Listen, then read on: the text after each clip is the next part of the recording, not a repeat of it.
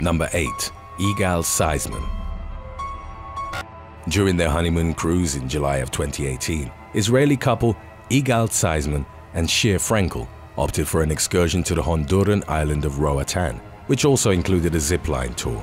The newlyweds, both in their 20s, were passengers on the Allure of the Seas ship, operated by Royal Caribbean Cruises. On the third and longest line of the course, Frankel went first in the seated position. Unbeknownst to those still on the platform, she'd come to a halt and started going backwards. Seisman was up next on the same line. The guide sent him down in the plank position in opposition to what the safety briefing had recommended. With Frankel out of view, Seisman crashed headfirst into her at high speed, sustaining fatal injuries. Frankel was taken for surgery to Israel with multiple transverse fractures, broken ribs, and a bruised spleen.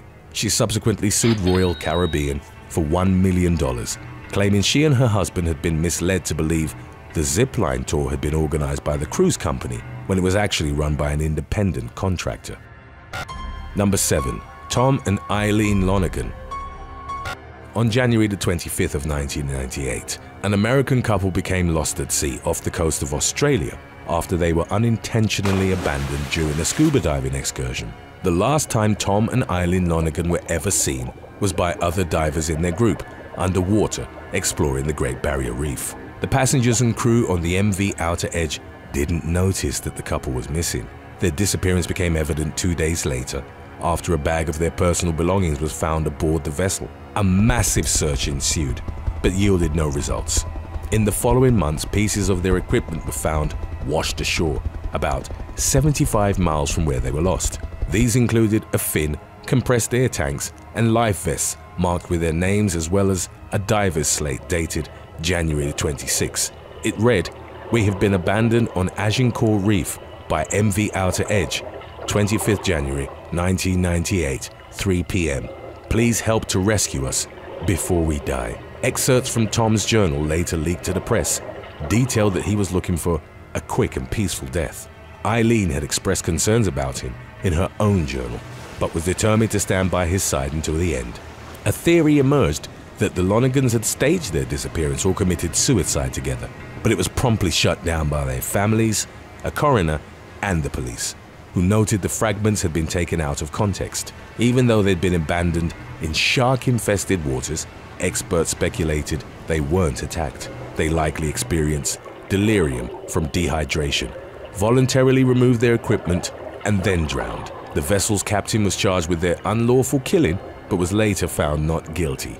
The company he ran, Outer Edge Dive, admitted negligence and was fined out of business. Number 6. Maykul Corosio Acuna. In February of 2017, a Chilean tourist got lost in the Bolivian Amazon for more than a week and a half, where he survived by following a troop of monkeys. 25-year-old Maykul Corosio Acuna was camping with Max Adventures near the Tuiqui River in Madidi National Park. The area was only accessible by boat and miles away from the nearest town. In the evening, he returned to camp from a guided excursion, while the other travelers took part in a ceremony to thank Pachamama, or Mother Earth, for allowing them to visit the rainforest. Acuna remained in his cabin.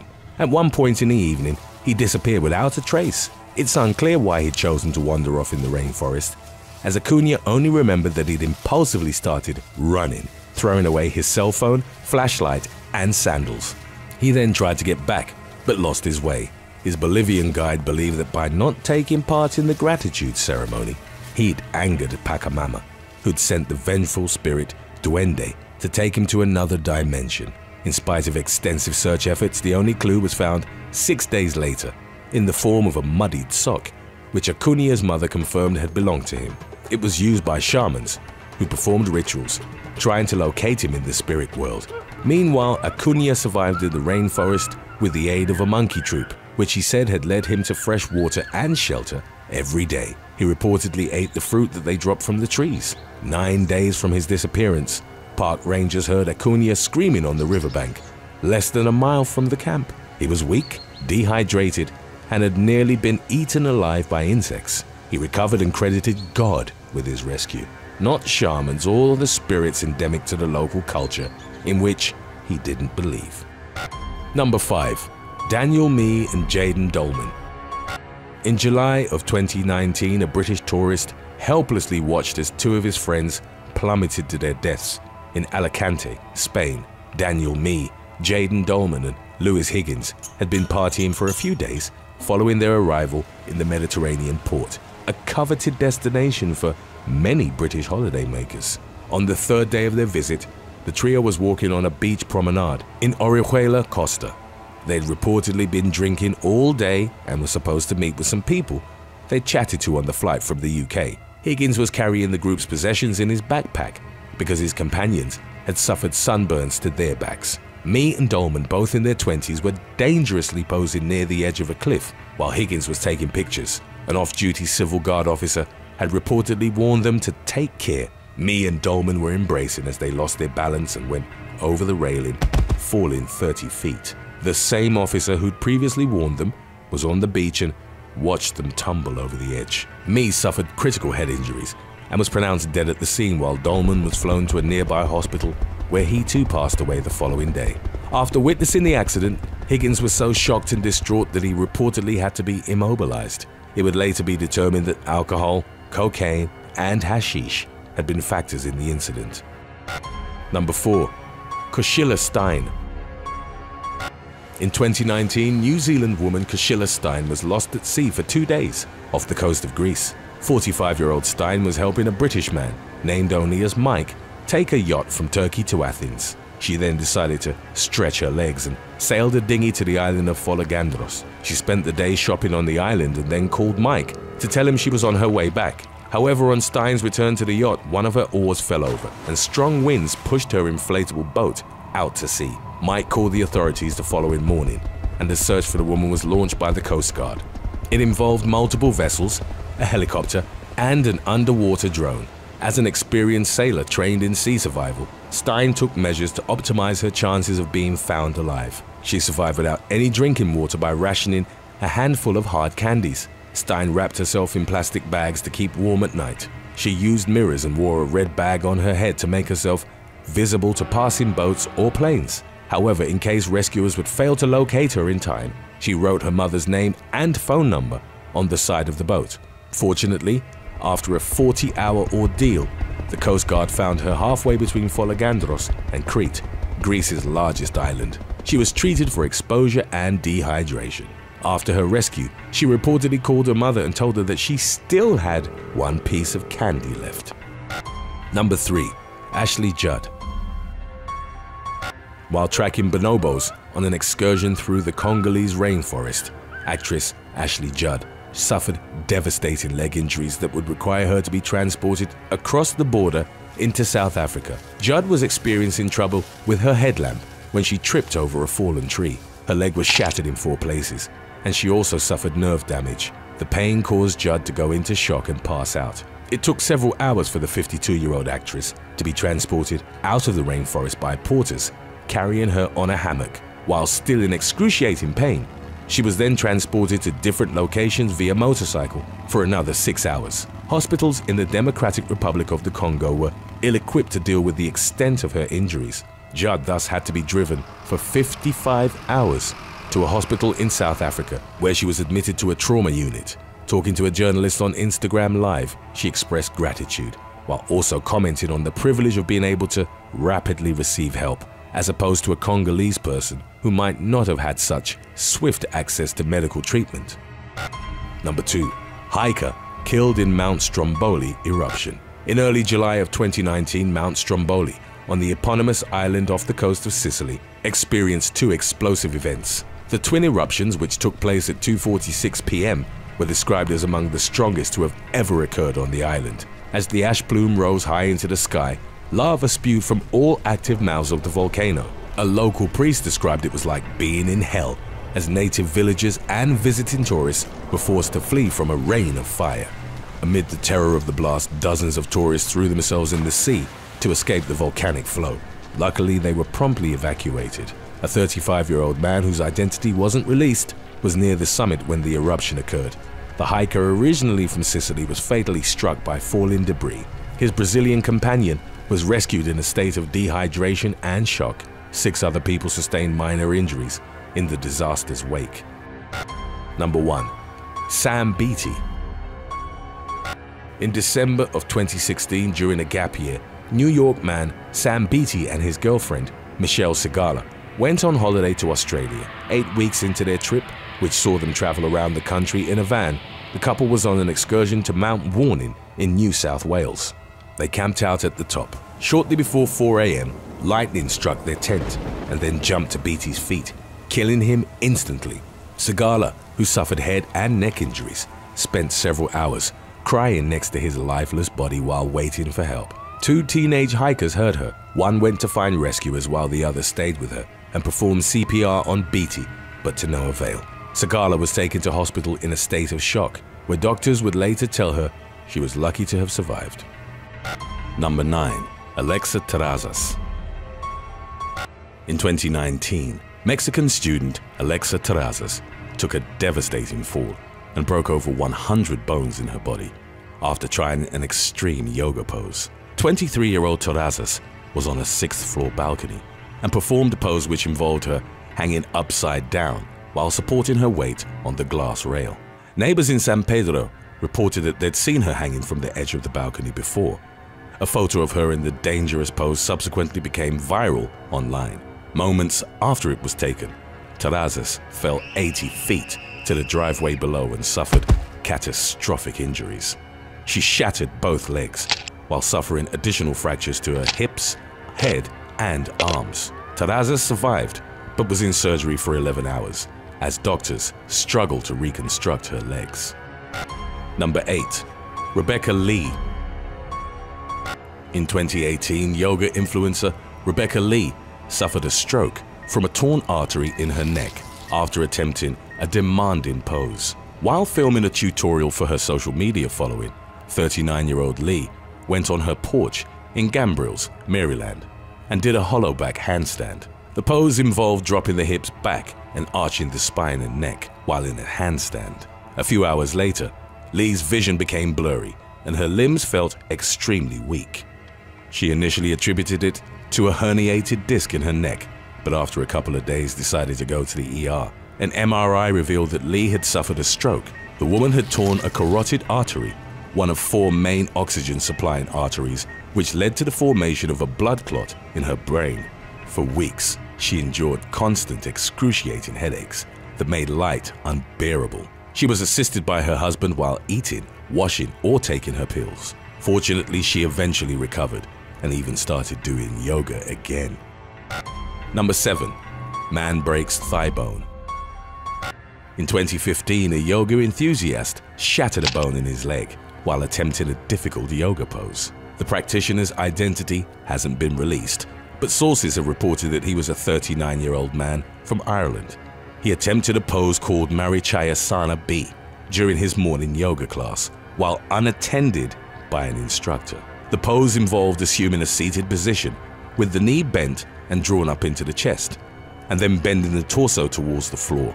As he did so, he heard a loud crack and felt intense pain in his thigh. The pressure to which he'd subjected his leg resulted in a thigh bone fracture. Scientifically known as the femur, it's the longest and heaviest bone in the human body, acting as one of the main supports of vertical posture. The yoga practitioner collapsed as soon as he tried to put weight on his leg.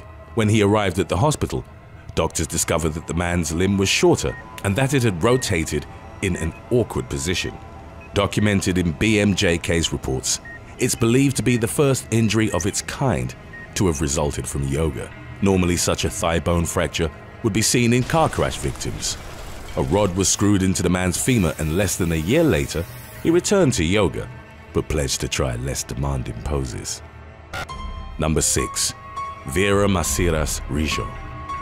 In February of 2019, a Portuguese woman fell to her death in Bangkok, and the authorities believe the accident had occurred while she was practicing yoga. According to Thai investigators, 27-year-old backpacker Vera Maceiras Rijo would often begin her mornings by climbing out the window to practice yoga on a narrow ledge. The main theory regarding Rijo's death proposed that she was on the roof doing yoga at about 5 a.m. when she lost her balance and plummeted 5 stories below. Her body, clad in pajamas, was discovered entangled in a razor wire fence next to an abandoned building. A local police lieutenant told a media outlet that Rijo hadn't hit the ground and that her death was a result of her bleeding out on the fence. He also suggested that the woman's life might have been saved had she been found sooner, while an accident remained the main hypothesis. Number 5. Aaron Papas.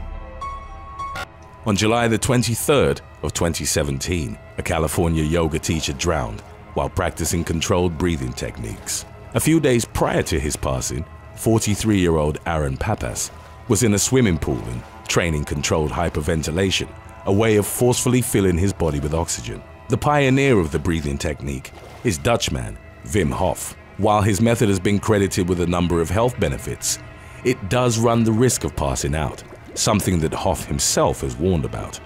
Papas was found unconscious at the bottom of the shallow pool and rushed to the hospital. After a few days in which his condition continued to deteriorate, Papas was taken off life support. There were no witnesses, but an investigation concluded that his death had been the result of accidental drowning. Papas wasn't the only fatality linked to the Wim Hof method. In 2015 and 2016, 4 people drowned and those close to them suspected that the breathing exercises were mainly to blame. Number 4. Keno Hunt. In 2008, a heating engineer from England was arrested for assaulting women while posing as a yoga teacher. 32-year-old Keno Hunt would gain access to his victims' homes when he was called to repair their boilers. He'd strike up a conversation with them, falsely claiming to be a yoga instructor. 2 of his victims were encouraged to assume a position that required them to get down on all fours, at which point Hunt began touching them inappropriately.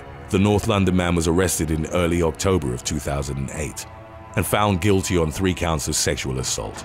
He was given a 4-year jail sentence and permanently registered as an offender. Number 3. Bikram Choudhury. Indian-American yoga teacher Bikram Choudhury is best known for devising a form of hot yoga that involves 26 postures maintained in an environment with temperatures of 104 degrees Fahrenheit. Bikram yoga became very successful in the Western world, popularized by several celebrity students. By January of 2014, a number of women filed lawsuits against Choudhury, citing abuse and inappropriate behavior.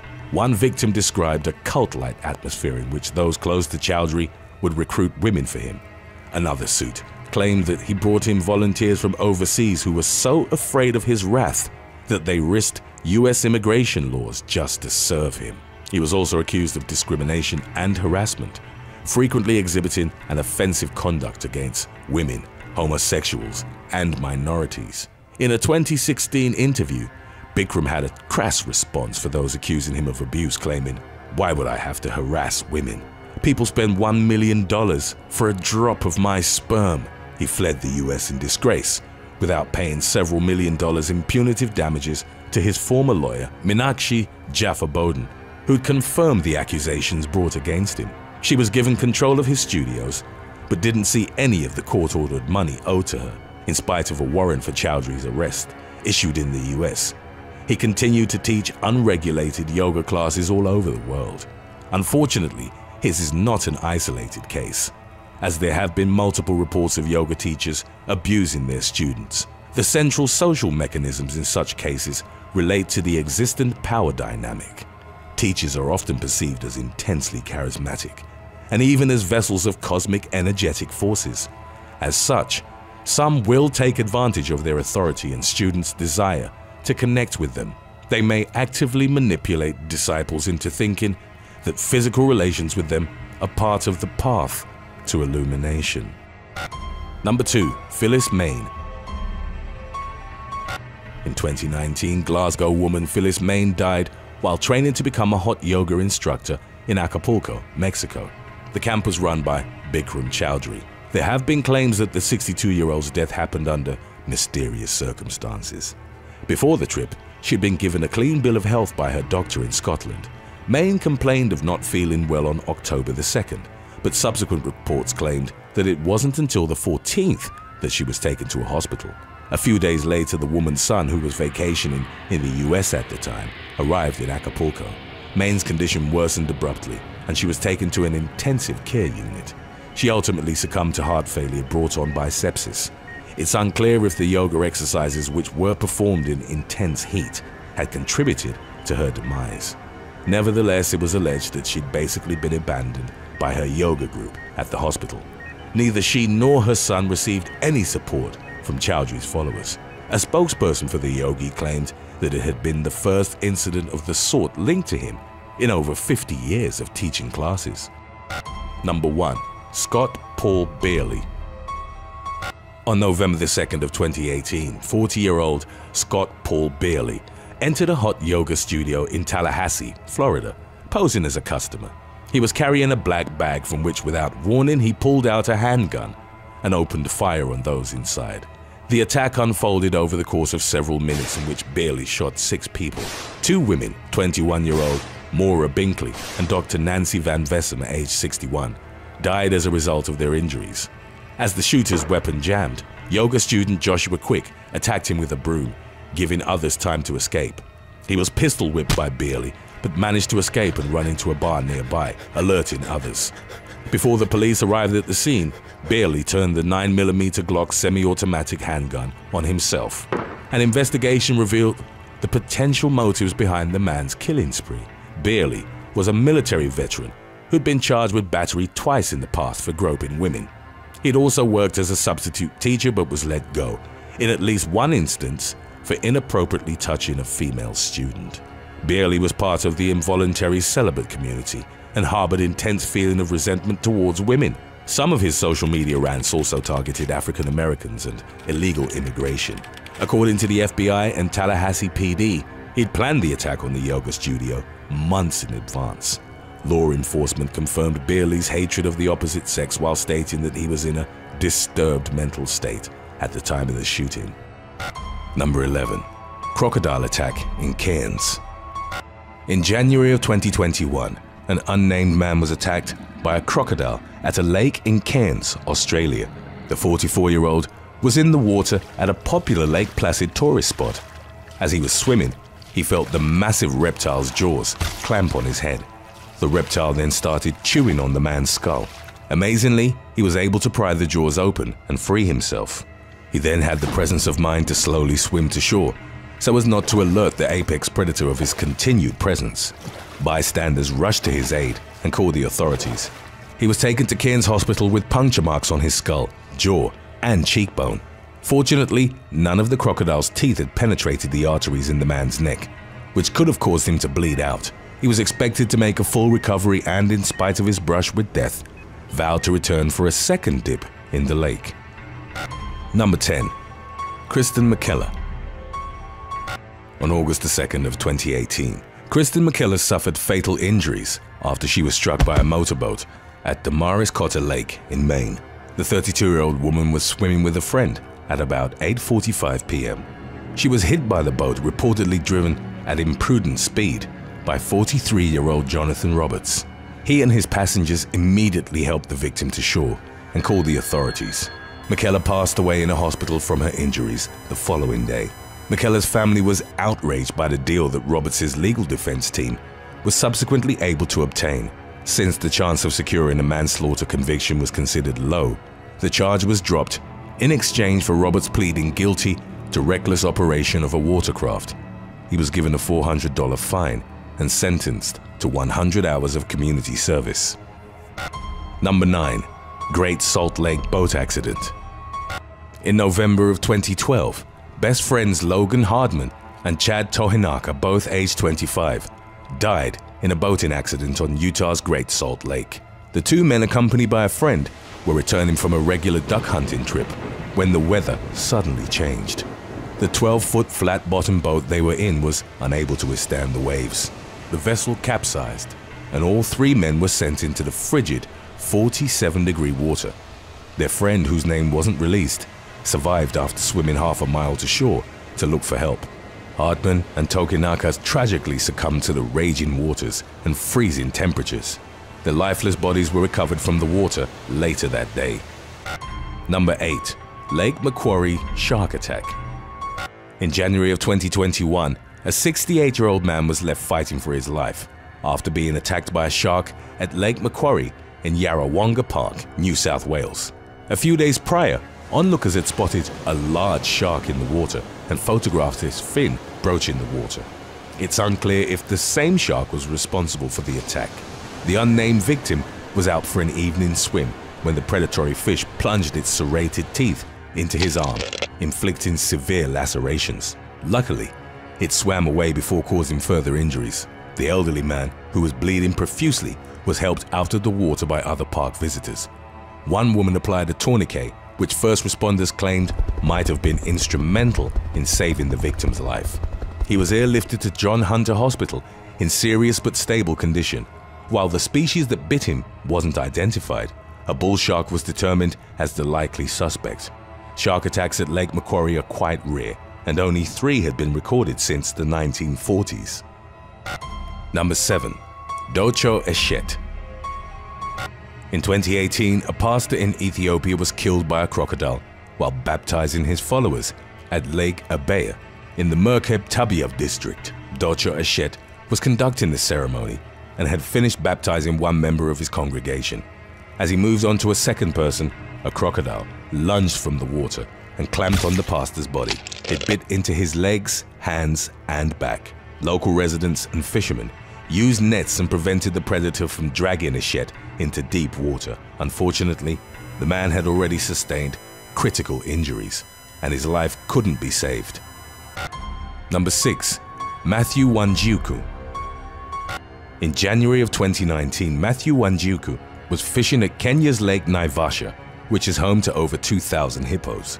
After he'd gotten in the water, the man was caught off guard as one of the beasts charged him. He ran on the shore but ended up on the ground, near a fallen tree that blocked his path and left him trapped with the enormous beast. Photographer Frederica Genovese, who was visiting from Italy, captured the horrific 10-minute onslaught that followed. Wanjiku was powerless as the hippo repeatedly clamped its massive jaws on his body. His life was saved when onlookers scared away the hippo by banging on a metal sheet. Wanjiku was rushed to a hospital where it was determined that remarkably he'd only suffered external injuries. He was expected to fully recover. It hadn't been the first incident of its kind to take place at Lake Naivasha. A year prior, fisherman Enoch Romano was savaged by a hippo. His case wasn't as fortunate as Wanjiku's. In the aftermath of the attack, both of Romano's legs were amputated below the knee. Number 5. Kurt Serber. In April of 2020, Kurt Serber died in a freak accident near Stockton Lake, Missouri. When the authorities found the 61-year-old's body on the gravel along the lake shore, they suspected that he'd been shot and initially treated the case as homicide. It was later revealed that Serber's injuries hadn't occurred as the result of a gunshot. The police determined that he'd been struck by his own truck. It's believed that the accident had occurred while he was trying to either launch his boat or retrieve it from the water. After Serber was run over, the truck and trailer sank in the lake while the boat floated on the surface. Number 4. Brendan McGowan and Caitlin Rosensteel. Just weeks after graduating high school in June of 2019, 2 teenagers died at Mammoth Lake Park, Pennsylvania. Brendan McGowan and Caitlin Rosensteel, both 18, were fishing at the lake when a lightning storm struck. Earlier, the 2 had been seen sitting near the lake spillway. Witnesses then described hearing a loud, crackling sound and then seeing a bright flash of light. Moments later, McGowan and Rosensteel were found under a large, splintered tree. Both teenagers were unresponsive, and after the authorities were called, they were pronounced dead at the scene. A coroner concluded that their injuries were consistent with a lightning strike. In the incident's aftermath, many expressed their condolences regarding the passing of the teenagers, both of whom had been star athletes at their respective high schools. Number 3. Triple murder at Florida Lake. In July of 2020, 3 friends were killed while fishing at a central Florida lake in what the authorities described as a brutal massacre. 30-year-old Damian Tillman, along with Brandon Rollins and Kevin Springfield, both in their 20s, were fatally beaten and shot. The men were out at a popular fishing spot in Frostproof, about 70 miles south of Orlando. According to a sheriff's report, Tillman had arrived first. Rollins and Springfield then followed, but once they got to the location, they discovered that their friend was being attacked. They tried to intervene but were shot and assaulted. At about 10 p.m., Rollins called his father and reportedly only managed to say, "Help." The man rushed to the fishing spot and found his son barely conscious. By the time the authorities arrived, all 3 victims were dead. After an investigation, 26-year-old Tony Wiggins was arrested along with his girlfriend and his brother. During a press conference, the sheriff described Wiggins, the suspected triggerman, as pure evil in the flesh. He had 230 felony charges on his record, with the first occurring when he was just 12 years old. Number 2. Kevin Rivera Cornejo. On September the 6th of 2019, Kevin Rivera Cornejo succumbed to injuries sustained in an horrific houseboat accident on a California lake. 23-year-old Rivera Cornejo was on the back swim deck while his father Hector was trying to moor the rented houseboat to shore. It was at that point that the young man either jumped or fell in the water. As Hector was reversing the boat, Rivera Cornejo was struck by the propeller. He sustained devastating cuts to his lower body. He was pulled from the water and Hector started to administer CPR. The emergency services arrived on site and placed Rivera Cornejo on a patrol boat destined for the Silverthorne Resort, where an ambulance and helicopter were standing by. Unfortunately, in spite of repeated resuscitation attempts, the victim was pronounced dead. Number 1. Ride the Ducks boat accident. On July the 19th of 2018, an amphibious vehicle carrying 31 passengers sank on Table Rock Lake near Branson, Missouri.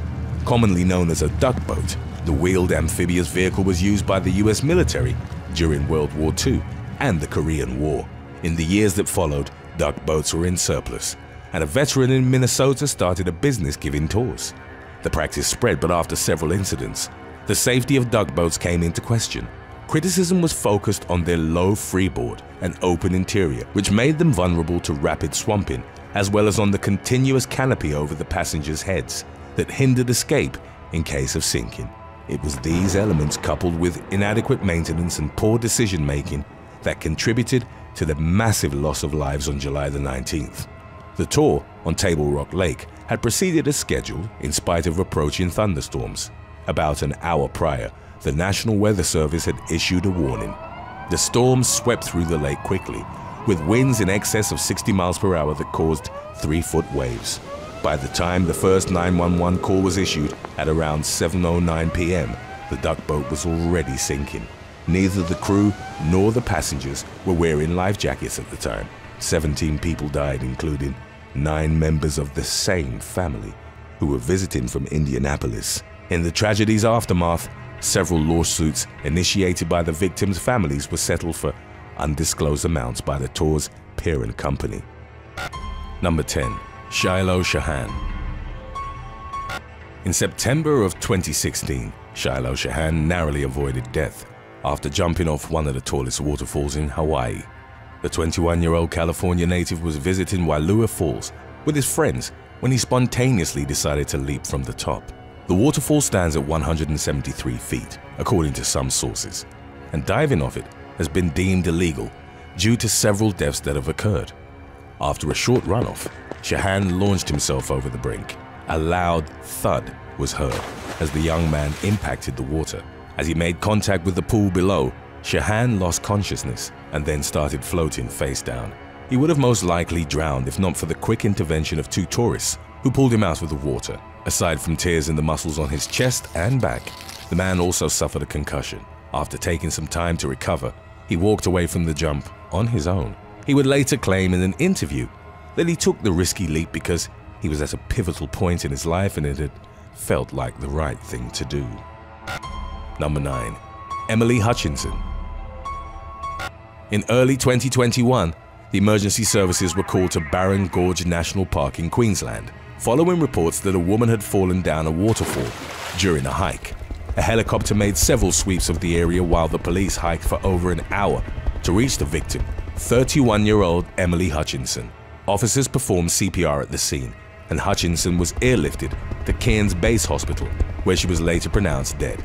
Initial descriptions of the incident were proven false after the authorities talked with the woman's partner. She hadn't slipped and fallen, but instead was knocked unconscious at the bottom of the waterfall. Several boulders had become dislodged from the top and rolled down, striking the woman in the head and inflicting devastating injuries. Number 8. Shane Brown. In December of 2015, daredevil Shane Brown suffered horrific injuries after jumping off Kapena Falls in Hawaii.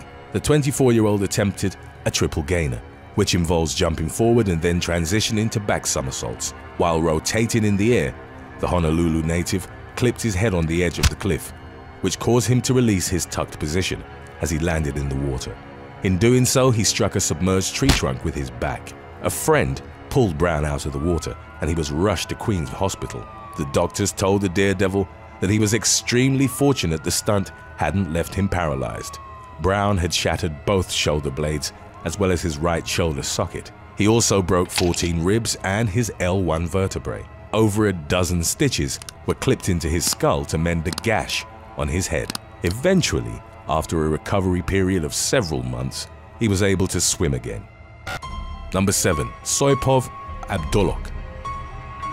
In September of 2020, an Uzbekistan tourist trying to take a selfie atop a waterfall in Thailand fell 50 feet to his death. 22-year-old Soipov Abdulok, along with other backpackers, rented motorbikes in Phuket and traveled 230 miles to a park to view the scenery.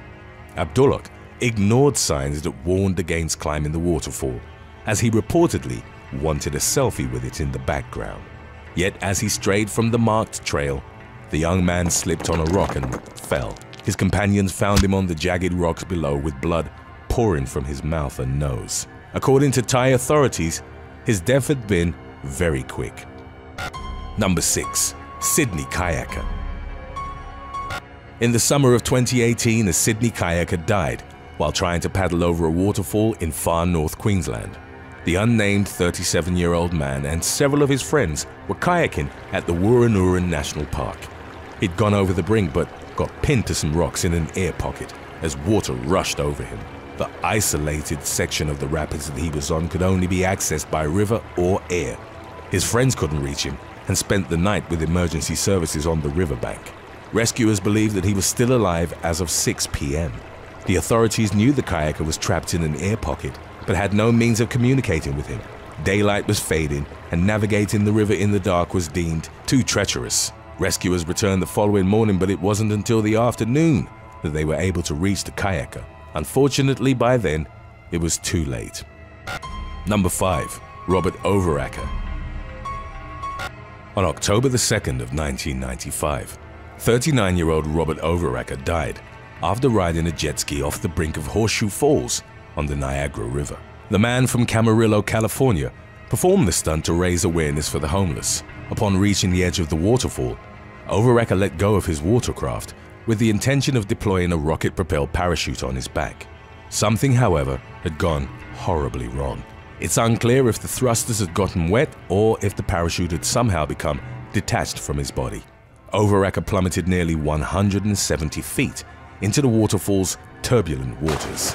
At first it was believed that he'd survived the drop, but it later emerged that his flailing limbs were being moved by the rapids. Overacker's body was recovered from the river by staff from the Maid of the Mist sightseeing boat tour. Number 4. Roy George Tinash de Kenya. In January of 2021, Roy George Tinash de Kenya plummeted to his death from one of the tallest points on Victoria Falls, on the border between Zambia and Zimbabwe. The Cataract waterfall is believed to be among the largest in the world, due to its width of over 5,600 feet. Originally from the Zimbabwean capital of Harare, 40-year-old de Kenya had lived in Victoria Falls for a year and was familiar with the surroundings. On New Year's Day, he was visiting the site with his girlfriend and several other companions. De Kenya was walking parallel to the edge of the gorge, but recent rains had contributed to the surfaces being slippery. De Kenya took a misstep and then slid on the rocks, unable to catch his grip, fatally dropping an estimated 350 feet. While others had died at Victoria Falls before, according to a spokesperson for the Zimbabwe Parks and Wildlife Management Authority, the incident marked the first time that someone had fallen into the gorge. The swollen Zambezi River hindered attempts to recover de Kenya's body. His remains were lifted back over the cliff edge with a zip line and pulley system in a complex operation involving miners, the military, and other volunteers. Number 3. William Hill Jr. Born in Niagara Falls, Ontario in 1888, William "Red" Hill would come to be known as a local hero. He received his first bravery medal at the age of 8 when he rescued his sister from their burning house. Hill worked as a rescuer on the Niagara River, ultimately credited for saving 28 lives while recovering numerous accident victims. The man was obsessed with the power of the raging river and its unforgiving waterfalls. He first braved its lower rapids in 1930 in a 600-pound, 6-foot-long steel barrel. Hill would journey down the rapids 3 more times before his death in 1942, solidifying his reputation as a daredevil. William Hill Jr. inherited his father's fascination with the Niagara River and repeated his death-defying acts. His aim was to raise funds in a memorial fund to honor his father.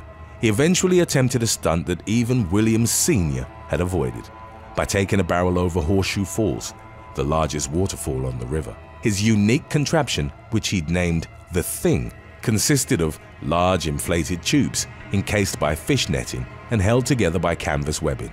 On August 5th of 1951, before a crowd of thousands, Hill Jr. set off on the river. The trip initially went according to plan, as the Thing rode the upper rapids and then went over the brink of the waterfall. Moments later, the stunt abruptly ended in tragedy. The barrel dropped 167 feet and shattered upon impact. Hill Jr. suffered fatal injuries and his battered body was recovered the following day. Number 2. YouTube stars take fatal fall. In July of 2018, 3 Canadian YouTube vloggers died at a waterfall in British Columbia. Riker Gamble, Alexei Lyack, and Megan Scraper were part of High on Life, an adventure traveling channel that would often feature its members performing daring stunts in exotic locations. In the past, Gamble, Lyack, and other members of their collective were banned from US federal land for 5 years after they pled guilty to walking on a sensitive hot spring in Yellowstone National Park. In early July, they were swimming atop Canada's Shannon Waterfall, where rescue crews claimed the danger level was very high. It's unclear whether or not they were filming at the site. At some point, Scraper, Lyack's longtime partner, slipped over the edge and fell nearly 100 feet into one of the lower pools. While trying to help her, Gamble and Lyack were also swept over the brink. All 3 were fatally wounded in the drop. Number 1. Charles Stevens. On July the 11th of 1920, Charles Stevens became the first person to die going over Horseshoe Falls at Niagara in a barrel. Stevens worked as a barber and had started doing stunts to support his wife and 11 children. The man, who was known as the Demon Barber of Bedminster, believed that going over Horseshoe was a cool commercial proposition. Stevens's contraption consisted of an oak barrel with an anvil inside it, being used for ballast. The 58-year-old had been advised by fellow Niagara daredevil William Hill Sr. to test the barrel prior to the stunt, but decided to ignore his counsel. Stevens strapped himself to the barrel and his feet to the anchor, which would ultimately prove to be a fatal decision. His contraption was carried by the rapids over the brink and plunged towards the raging waters below. As it impacted the surface, the anvil broke through the bottom of the barrel. Because he was connected to the weight, Stevens was dragged into deep water. The only part of his body to be recovered was his severed right arm, which was buried at a cemetery in Niagara Falls. Number 11. Shannon Hughes. In December of 2019, 47-year-old Shannon Hughes died after falling through the ice at a private pond in Shellsburg, Iowa. When Hughes failed to return from his trip, his family raised the alarm with local authorities. A passerby had reported seeing the man fishing on the ice, but mentioned that he later vanished. The bucket he'd been sitting on and his gear were still there. A hole measuring 3 to 4 feet across was later discovered in the vicinity. It's believed that Hughes had gotten up to stretch his legs or to look for a different fishing spot. After he'd taken a few steps, the ice gave way under his weight and he fell through. His lifeless body was pulled from the pond the following day. Number 10. Carissa Miller. In January of 2020, Carissa Miller was fishing with her best friend off the docks in Harrison County, Michigan. At some point, the woman lost her footing and slipped into Lake St. Clair. Miller's screams alerted her friend, who'd been fishing one dock over. The woman was unable to pull Miller out. After several minutes spent in the water, her lower half had gone numb, and she could no longer use her legs properly. 2 local fishermen rushed to her aid, but they too couldn't lift the woman out. While her friend went to get help, the fishermen tried to hold Miller's head above water. They also removed the woman's coat and sweater as they were floating around her face, choking her. Police officers arrived at the scene and Miller was rescued after spending around 15 minutes in the freezing water. She was left with frostbitten toes and a sore shoulder, but was expected to fully recover. The officer's body cam captured the incident, and Miller allowed the footage to be shared to warn of the dangers posed by ice fishing. Number 9. Clark Shoemaker and Dominic Arthur. In 2015, Clark Shoemaker and Dominic Arthur died after falling through the ice during a fishing trip to a rock quarry in rural Indiana. Emergency responders struggled to reach the teenagers, aged 17 and 13, by navigating through ice sheets and steep, rocky terrain. By the time they were pulled into a rescue boat, they had spent over 90 minutes in the water. The teens were taken to IU Health Bloomington, where they were later pronounced dead. According to the Department of Natural Resources, the ice was less than 3 inches thick when Shoemaker and Arthur broke through the surface. Warming temperatures in the area had further weakened it. While walking on frozen surfaces is never completely risk-free, the DNR stated that at least 4 inches of fresh, solid ice is considered safe for ice fishing. The department warned people to always check the thickness before venturing out. Number 8. Incident in Manitowoc. In February of 1989, 4 teenagers aged 16 to 17 died in a wooden shanty on the frozen Harped Lake in Manitowoc, Wisconsin.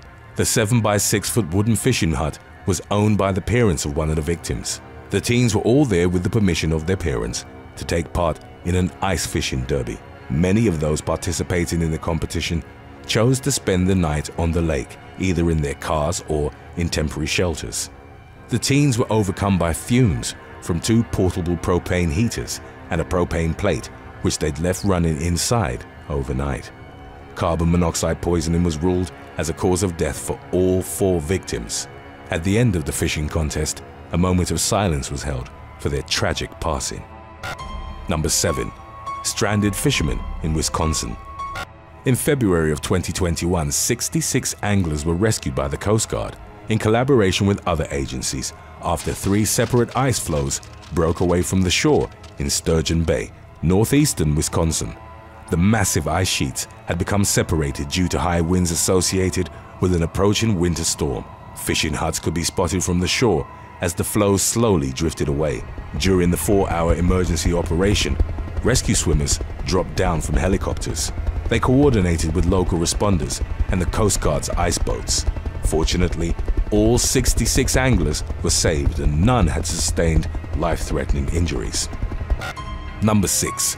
Snowmobile crashes into shanty. In February of 2021, an angler was killed after a snowmobile crashed into his fishing hut on a lake in Lenawee County, Michigan. The incident happened during the annual Tip-Up Festival at Devil's Lake, which featured a fishing contest as well as motorbike and snowmobile races. At around 7:30 p.m., the driver lost control of the vehicle and plowed into the temporary shelter.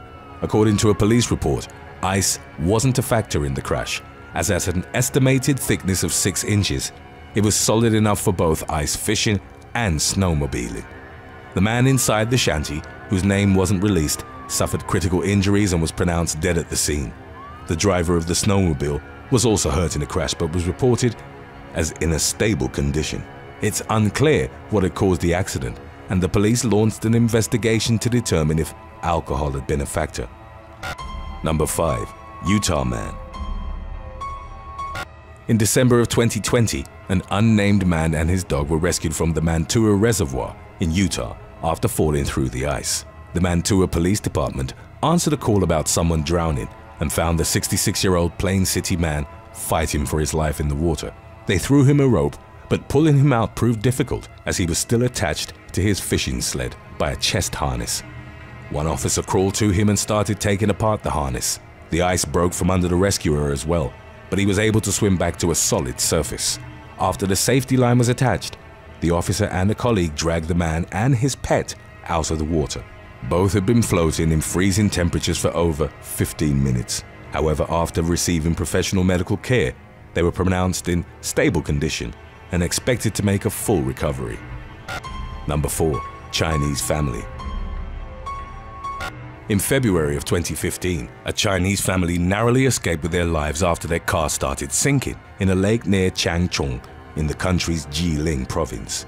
They had cut a hole in the ice and extended a fishing rod inside. During a winter festival, as they waited for their catch, the family was keeping warm inside their Audi Q7 SUV, which was parked nearby. It's believed that heat from the vehicle's engine gradually melted the ice underneath it. The surface cracked, creating a hole in which the Audi began to sink. The family, 2 adults and 1 child, were able to get out at the last moment. The car with their belongings inside then disappeared beneath the surface. The family escaped unscathed, and the Audi was later recovered from the bottom of the lake. Number 3. Incoming icebreaker. In January of 2021, dozens of fishermen were forced to flee for their lives from a Russian icebreaker in the Gulf of Finland. The anglers had been reeling their lines through ice holes when the hulking vessel approached them. The Captain Plakin icebreaker was clearing the glacial sheets close to the Russian city of St. Petersburg. In order to facilitate winter navigation, ice fishing in the area was reported as illegal, and a hovercraft had been dispatched in order to warn the anglers. They hastily grabbed their gear and fled to shore as the Captain Plakin headed straight for them. Had they not moved out of its way in time, the collapsing ice would have caused them to fall into the freezing waters. The icebreaker weighed almost 2,500 tons, meaning it was about as heavy as 20 blue whales, and could cut through ice that was up to 4 feet thick. Some of the anglers argued that the captain should have been arrested due to his apparent disregard for human life. Fortunately, no serious injuries were reported. Number 2. Carl Lester. Carl Lester, an ice fisherman from Delta County, Michigan, died in January of 2021 after driving his ATV through a pressure crack on the ice. The incident occurred in northern Lake Michigan. 64-year-old Lester had failed to return from one of his regular fishing trips, so his wife asked a neighbor to help find him. The authorities were notified after the neighbor spotted a floating object on Big Bay Denok in the Upper Peninsula. 2 officials from the Michigan Department of Natural Resources arrived at the scene and went on the ice. They discovered Lester's lifeless body and brought it to shore.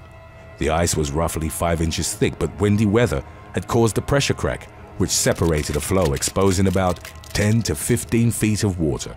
It's believed that Lester was riding his ATV either to or from his ice shanty when he accidentally drove into the open water.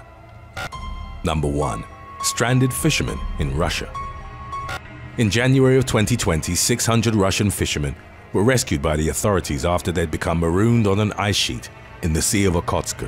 While ignoring warnings of ice cracks in the frozen sea, they had become separated from shore by a fissure. The massive floe they were marooned on had drifted hundreds of feet from shore, and the fishermen were in danger of capsizing into the frigid water at any moment. Fortunately, a rescue operation was swiftly mounted, involving multiple boats and a hovercraft. The emergency responders threw a line to the fishermen and pulled them onto firmer ice on the shore. This was achieved in part by using smaller pieces of ice as rafts. According to local reports, the rescue operation took nearly 2 days, but no fatalities were reported and none of the anglers had been seriously injured. They were subsequently criticized by the authorities for disregarding repeated warnings about fishing in the area.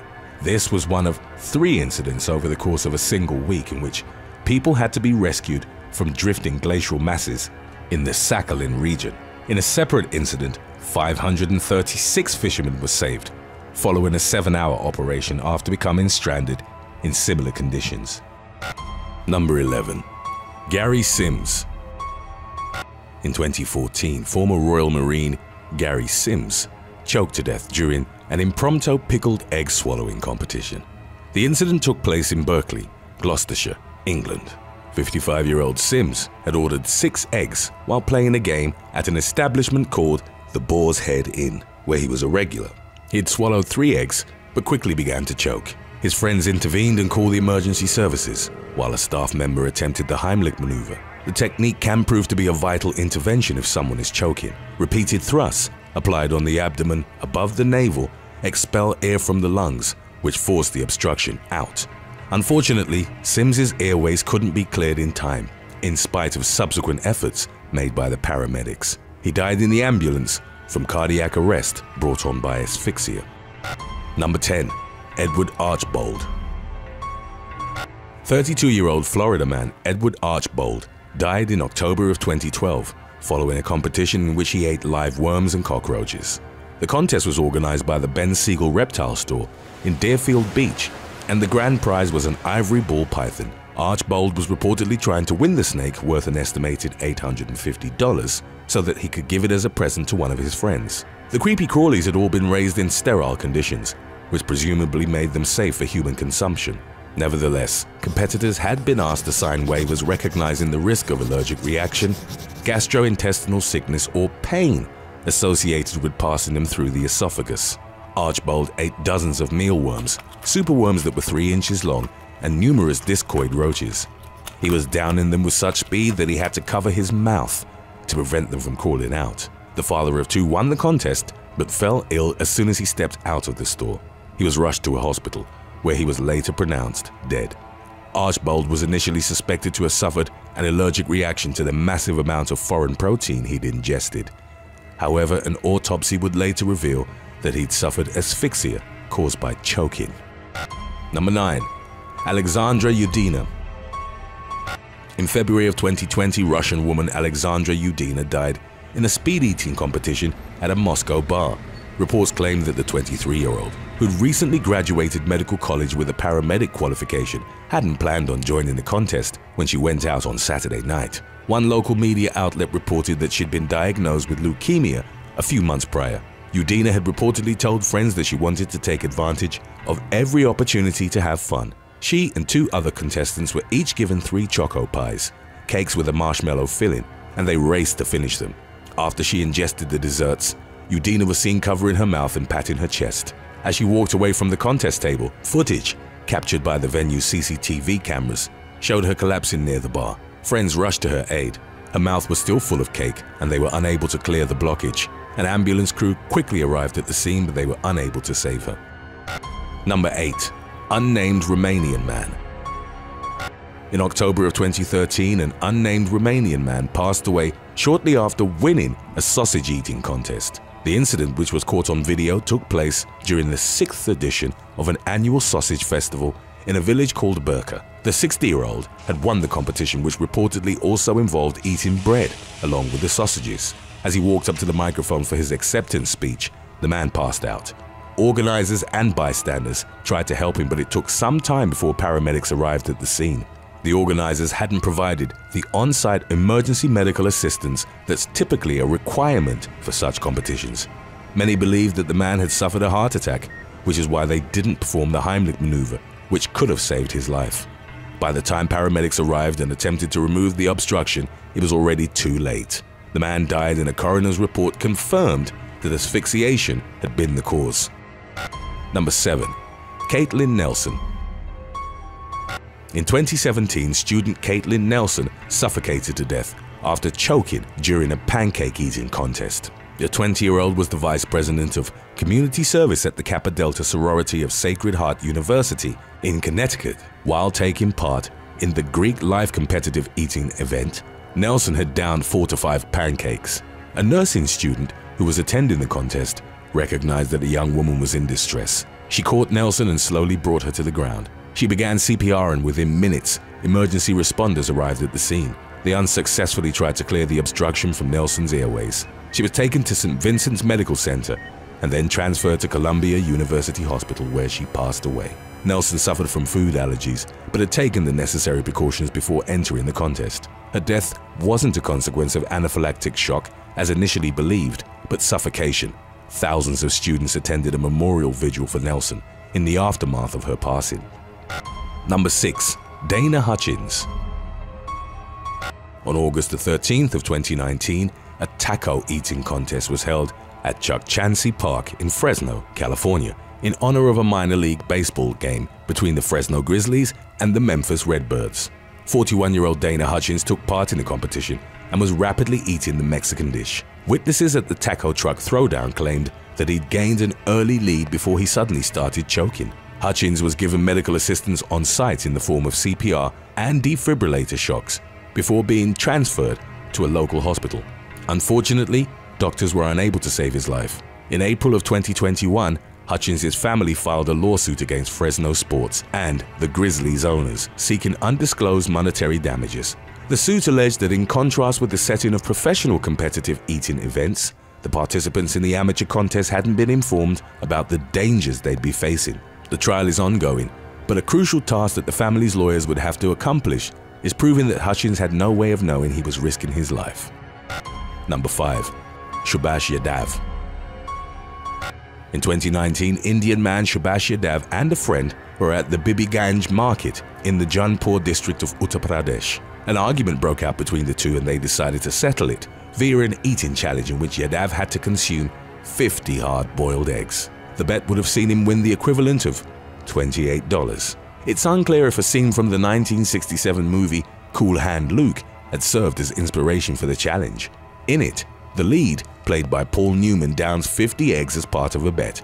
However, due to clever editing, Newman only ate about 8. Yadav was determined to show his friend that it could be done. The challenge took a dark turn as the 42-year-old was preparing to eat his 42nd egg. He fell unconscious and had to be rushed to the Sanjay Gandhi Postgraduate Institute of Medical Sciences. Doctors tried to help Yadav, but he ultimately succumbed to complications stemming from overeating. The man's family refused to comment on the incident. Number 4. Travis Malouf.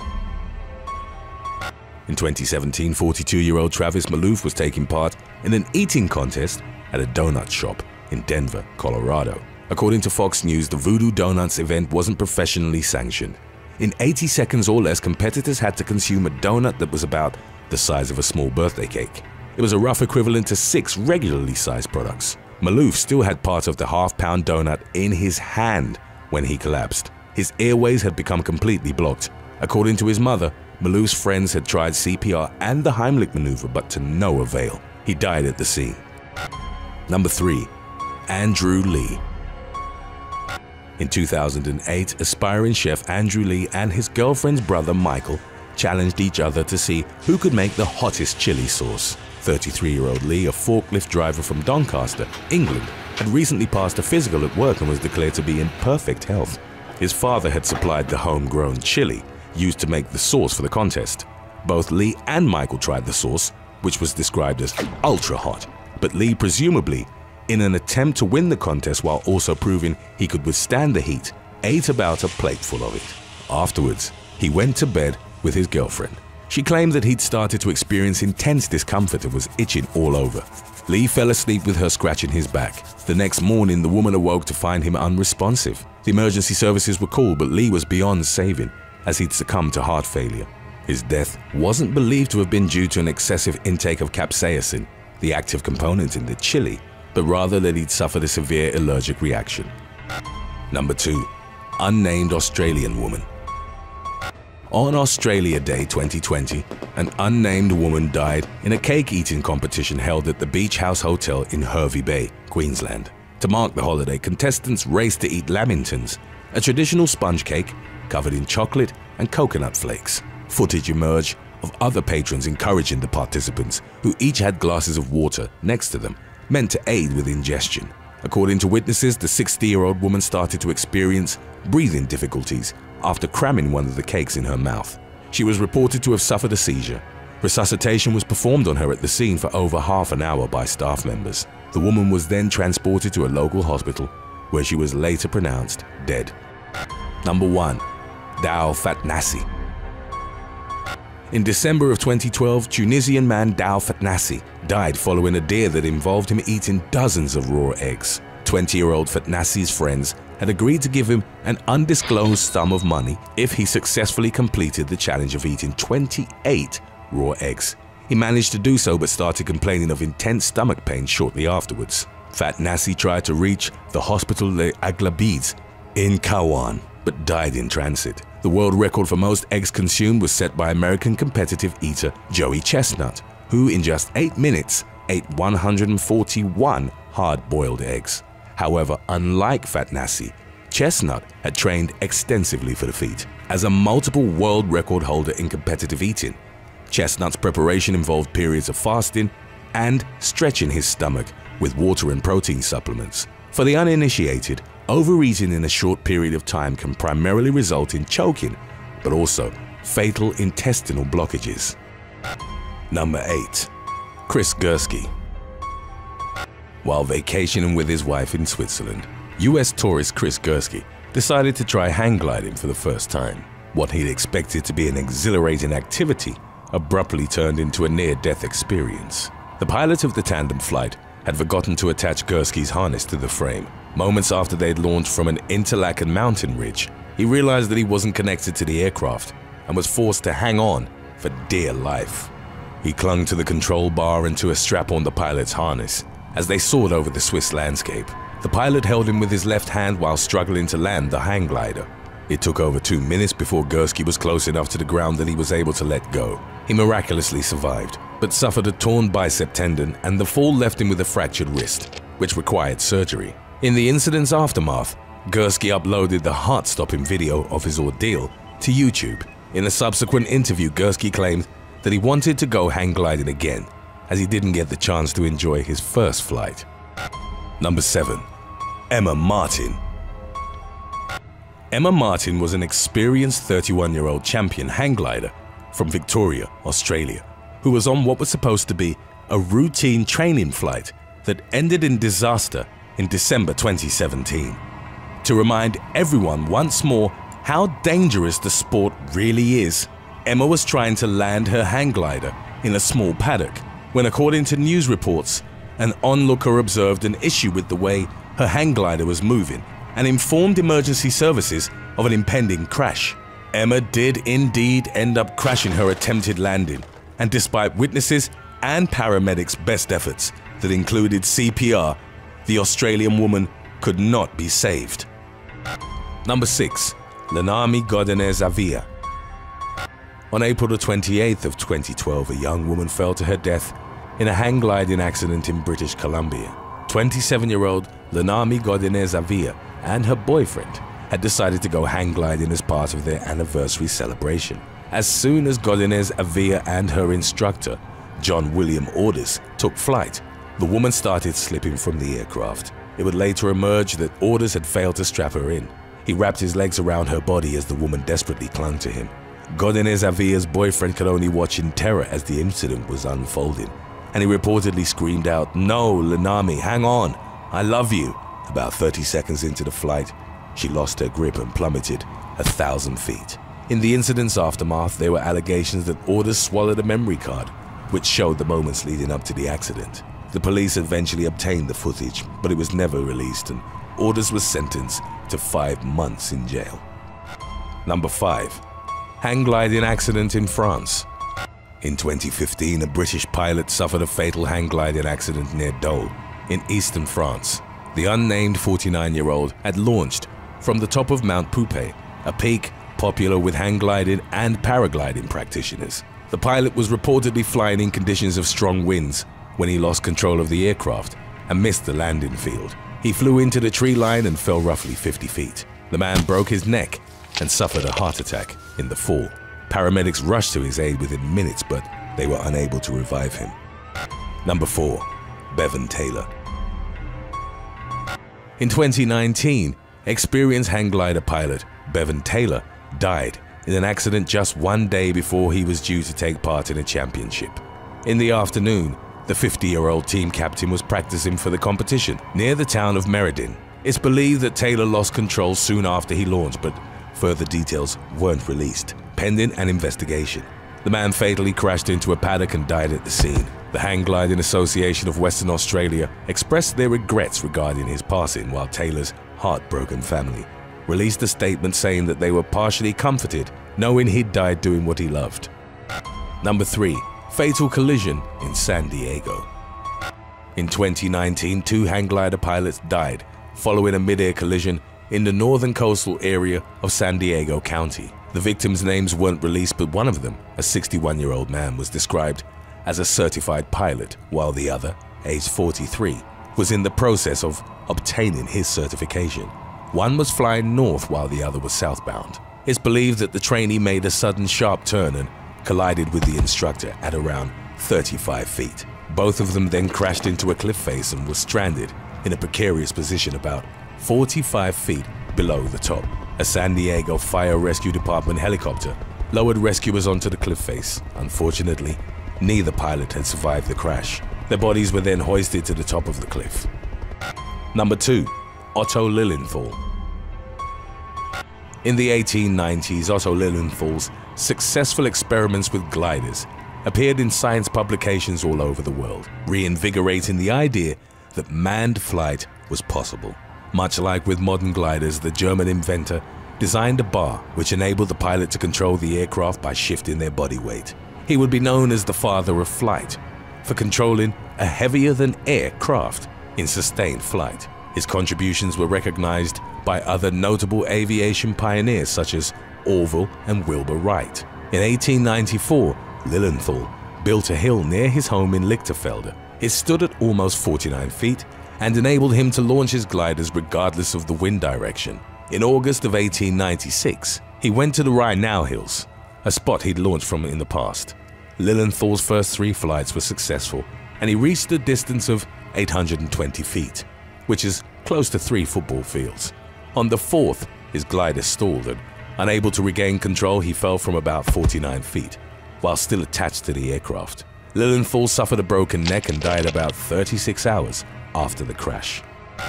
Number 1. Peter O'Loughlin.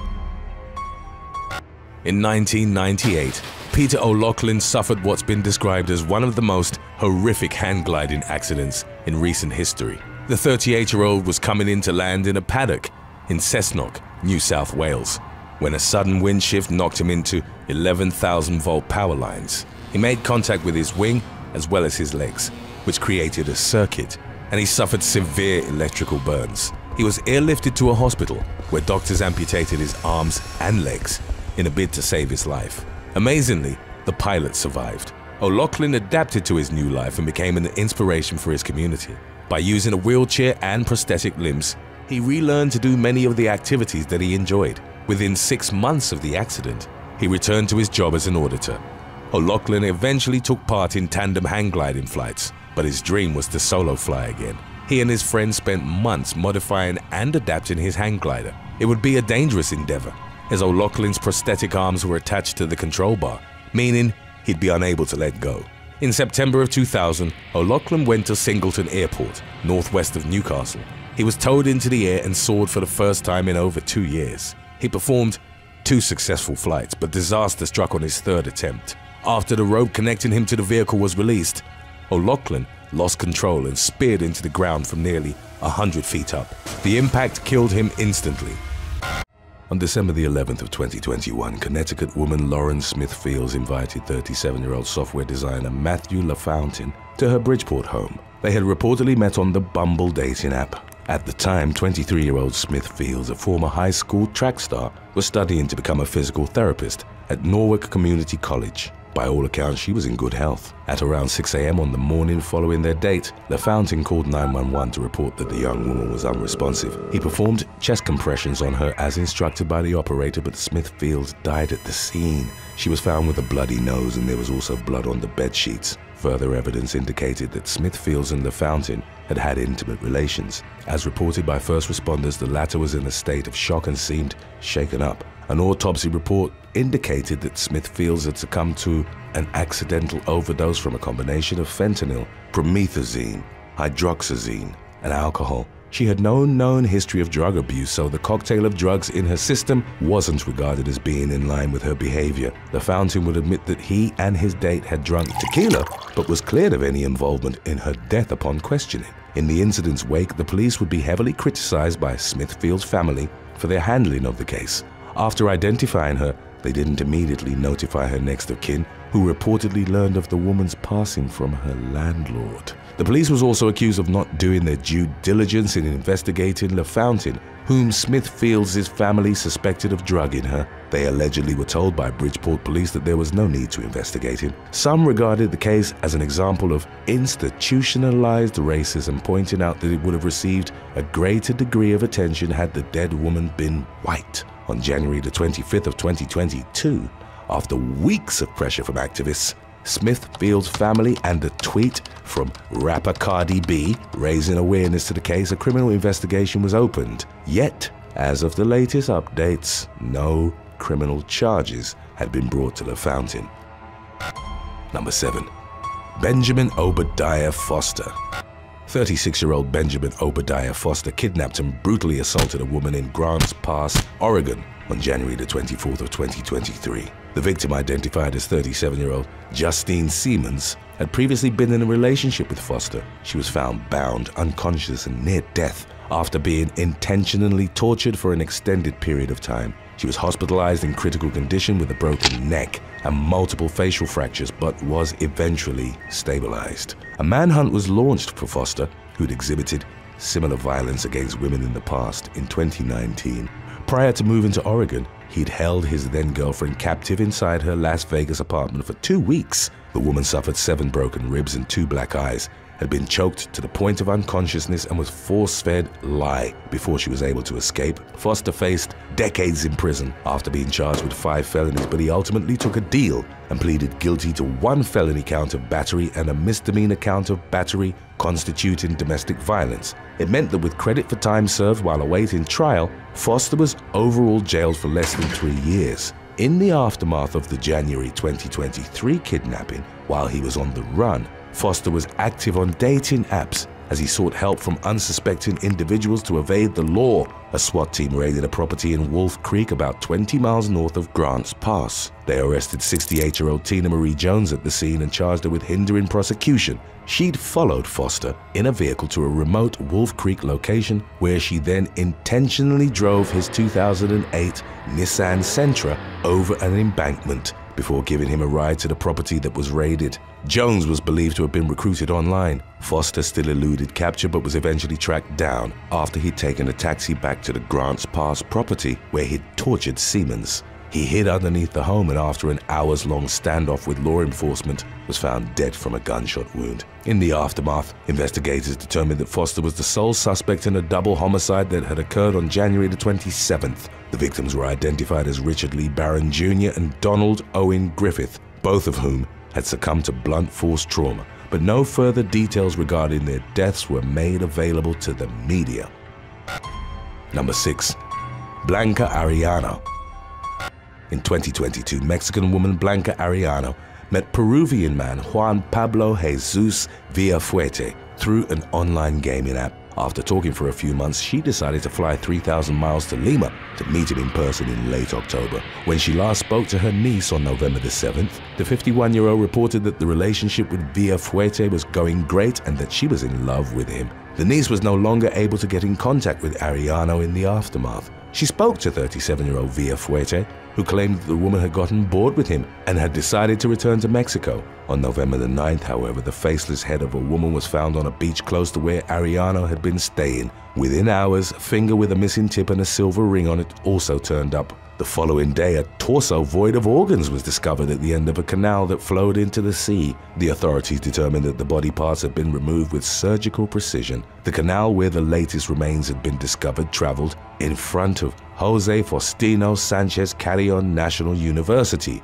where Villafuerte was a student of medicine and biotechnology. Local law enforcement found traces of Arellano's blood in multiple areas of Villafuerte's apartment. In the days since her disappearance, he'd also reportedly posted clips of her organs on TikTok with the intention of selling them. He fully denied involvement in her death, but was arrested for murder, human trafficking, and organ trafficking. Number 5. Kevin Bacon. 25-year-old Michigan man Kevin Bacon started talking to a man on the Grindr dating app on Christmas Eve 2019. His prospective date used an alias, but his real name was Mark Latunsky, a man twice Bacon's age. After he didn't show up to a family Christmas Day gathering, Bacon was reported missing and the police went to search Latunsky's house in Morris on December the 28th. In a secret room in the basement, they found Bacon's dead body hanging upside down from the rafters. It would later emerge that Latunsky had slit his throat and even eaten pieces of his body, which investigators determined was part of him enacting a violent fantasy. In November of that same year, one of Latunsky's neighbors was met by a blood-covered man desperately knocking on his front door. He was reportedly wearing a leather skirt and had belts across his chest. The man was screaming, "Help me, keep him away, and he wants to hurt me." The police were called, but the victim was so terrified of Latunsky that he didn't press charges. On September the 22nd of 2022, weeks before he was due to go to trial, Latunsky pleaded guilty to Bacon's murder and to mutilation of a dead body. He was sentenced to life without the possibility of parole. Number 4. Rachel Juarez and Ron Jai Cook. On February the 7th of 2023, an unnamed 23-year-old man went to the home of Rachel Juarez at the La Esencia Apartments in Houston, Texas. They'd met through a dating app before Juarez asked the man to come over. Upon entering the home, he was threatened with a knife and held at gunpoint by his date and her boyfriend, Ron Jai Cook, who demanded his belongings. After the man did as the couple asked, Cook escorted him outside. In the moments that followed, the man ran to his car, pulled out a firearm and fatally shot Cook. It would emerge that the latter had been threatening him with a replica handgun wrapped in duct tape. Juarez was jailed on a $50,000 bond after she was arrested and charged with aggravated robbery with a deadly weapon. The case of the fatal shooting was passed to a grand jury to decide if charges were warranted. Number 3. Ingrid Lynn. 40-year-old Ingrid Lynn, a nurse at the Swedish Medical Center in Seattle, started talking to John Carlton on a dating website in the spring of 2016. He was at the time a day laborer of no fixed address who had a record in 6 states for crimes that included assault, felony theft, and aggravated robbery. On April the 8th of 2016, he and Lynn met for a date and went to a Seattle Mariners baseball game. The following day, Lynn's ex-husband went to her Renton home to drop off their children and found that she wasn't answering the door.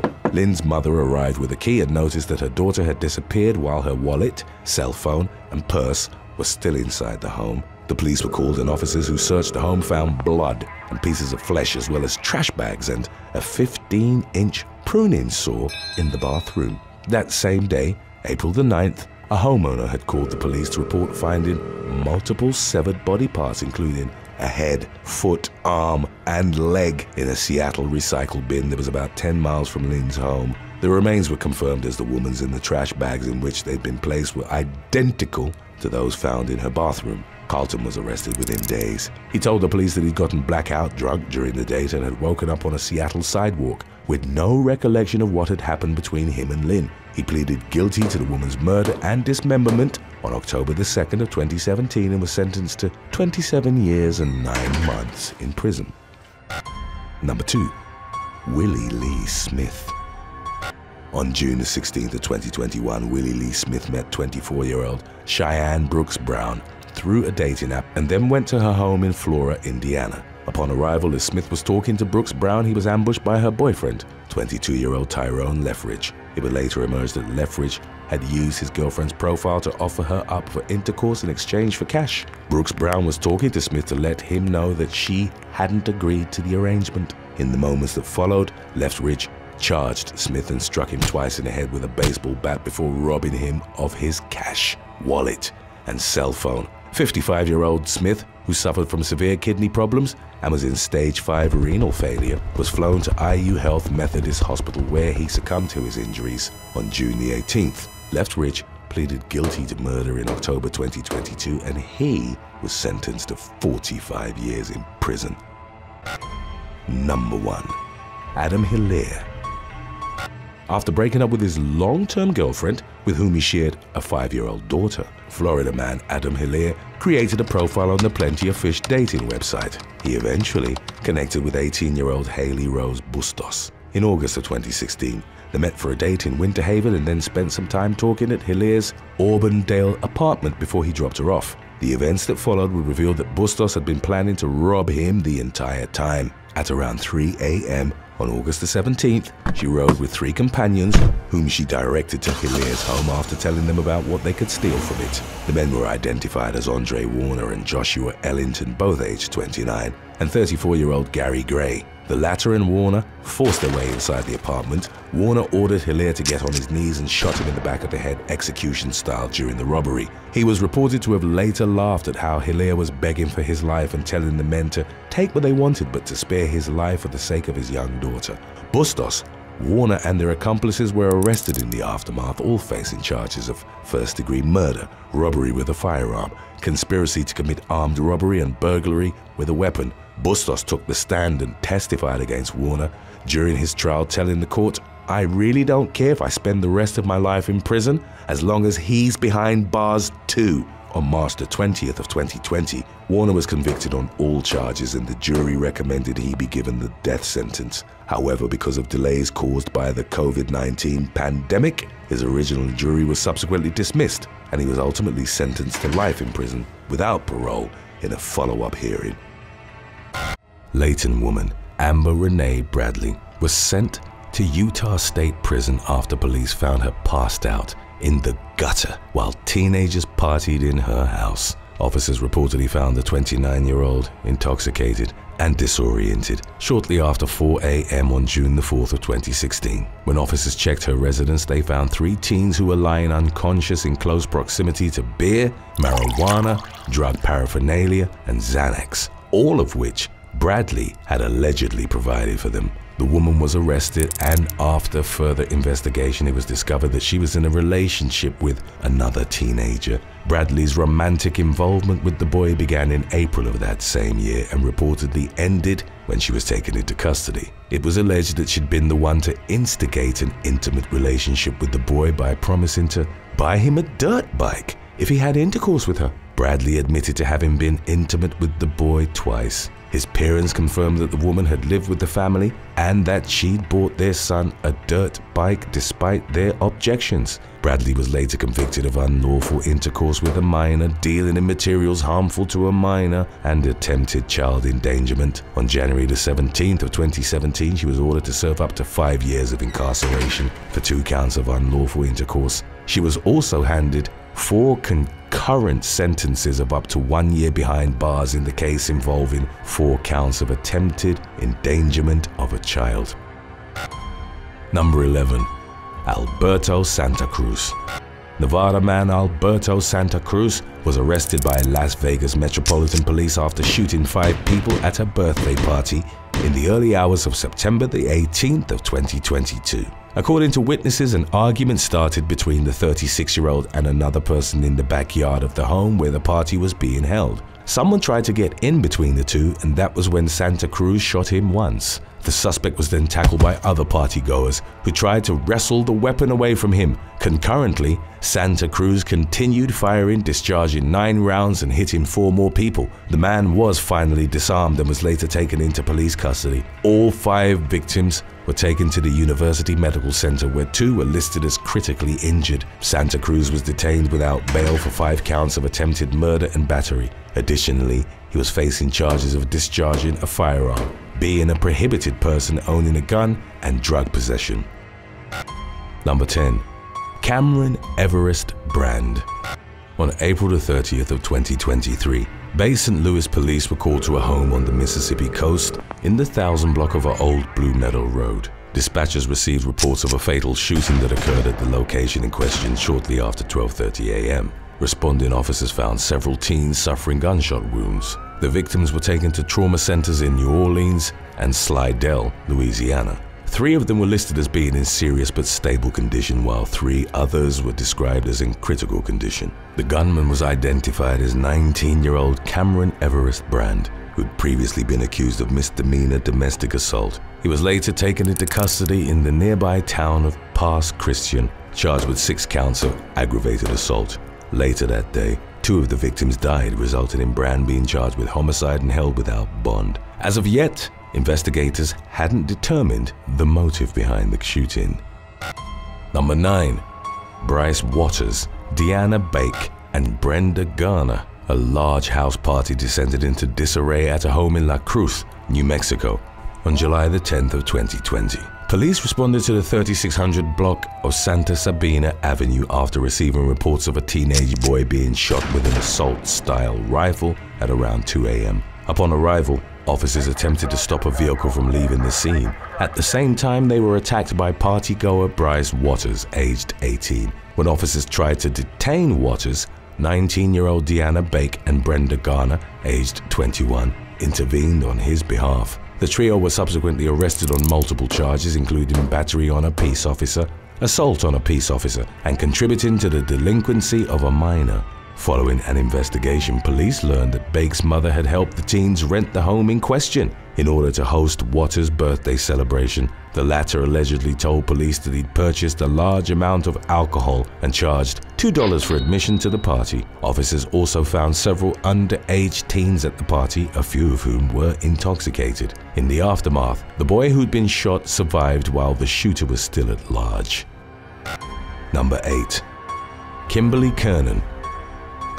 Kimberly Kernan was arrested after allegedly hosting a party at her apartment in Palm Beach Shores, Florida, where 26 minors were allowed to drink alcohol. The 39-year-old mother of two held the party on the night of July the 1st of 2013. She reportedly partied with her 17-year-old son and his friends, while her younger son was locked in the bathroom. Neighbors eventually called the police, saying they were concerned for the welfare of Kernan's younger son. Upon law enforcement's arrival in the 100 block of Lake Drive shortly after 10:30 p.m., they needed to break the door down to gain access. They found Kernan hiding under a pile of clothes in a closet. According to officers, she was so intoxicated that she couldn't stand up independently. Officers found two 50-gallon trash bags containing liquor and beer bottles. They subsequently found a teenage girl choking on her own vomit, whom paramedics rushed to St. Mary's Hospital. Kernan was arrested and booked at the Palm Beach County Hotel on an $8,000 bond. She was facing charges of resisting arrest, child abuse, cruelty towards a child, and 26 counts of contributing to the delinquency of a minor. Number 7. Erica Wynn. During a social gathering on February the 15th of 2017, a Nevada teen was shot in the right eye. The incident took place at an apartment on the 4000 block of Silver Dollar Avenue at around 8 p.m. when 18-year-old Lorenzo Hardison from North Las Vegas and another man fought over a woman. The two subsequently took the matter outside, where Hardison was knocked to the ground.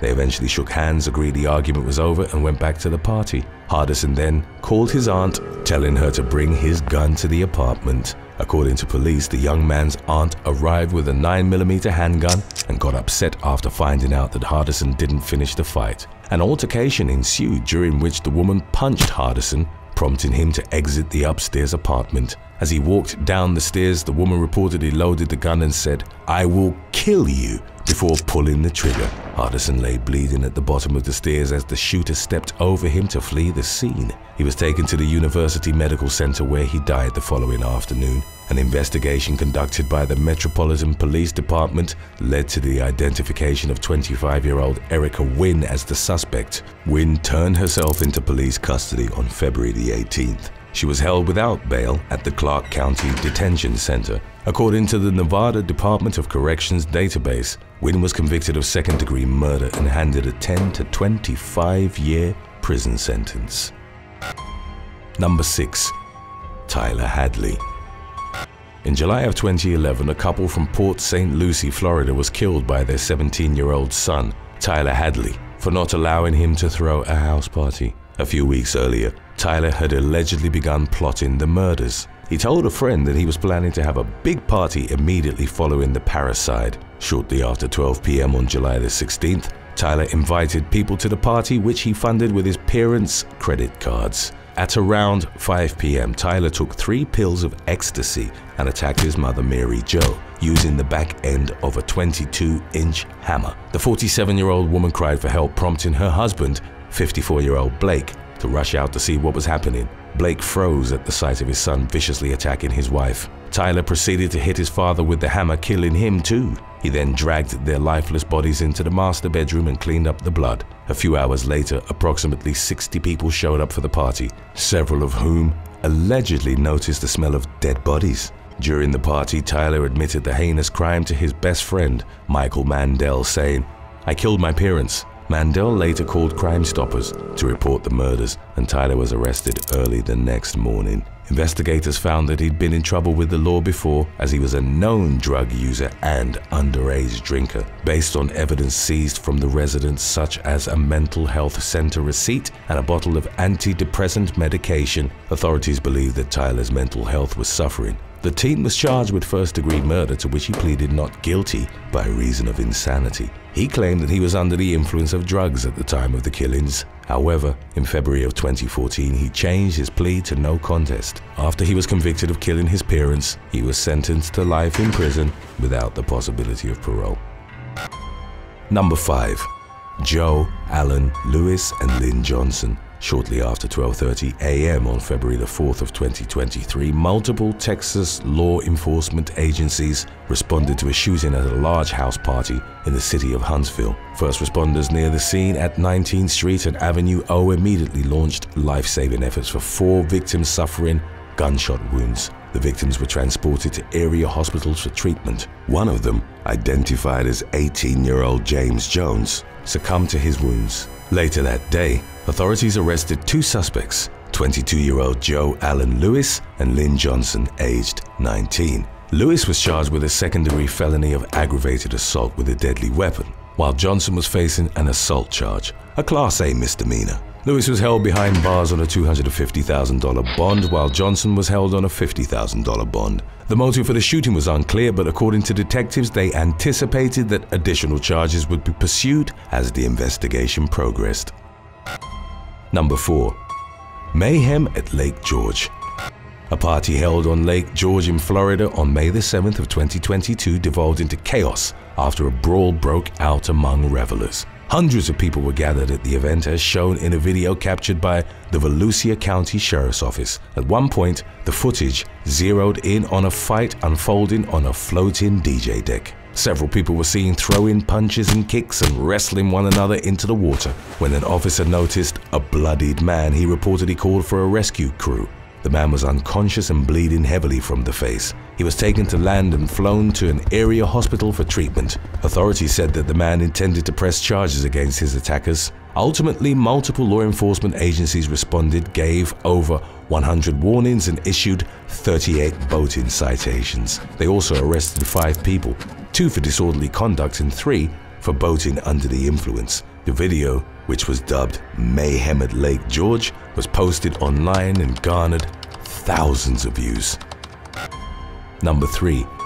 Party at an $8 million mansion. A Santa Rosa Beach property that was listed on a real estate website for $7,950,000 became the site of an unauthorized house party on June the 17th of 2022. The North Florida home, which was listed at more than 6,000 square feet, was located in the exclusive Watercolor subdivision. In the days leading up to the party, its ringleaders distributed a flyer on social media. On the day in question, trespassers allegedly accessed the accordion doors of the property while the homeowners weren't there. At least 200 people ended up attending the event.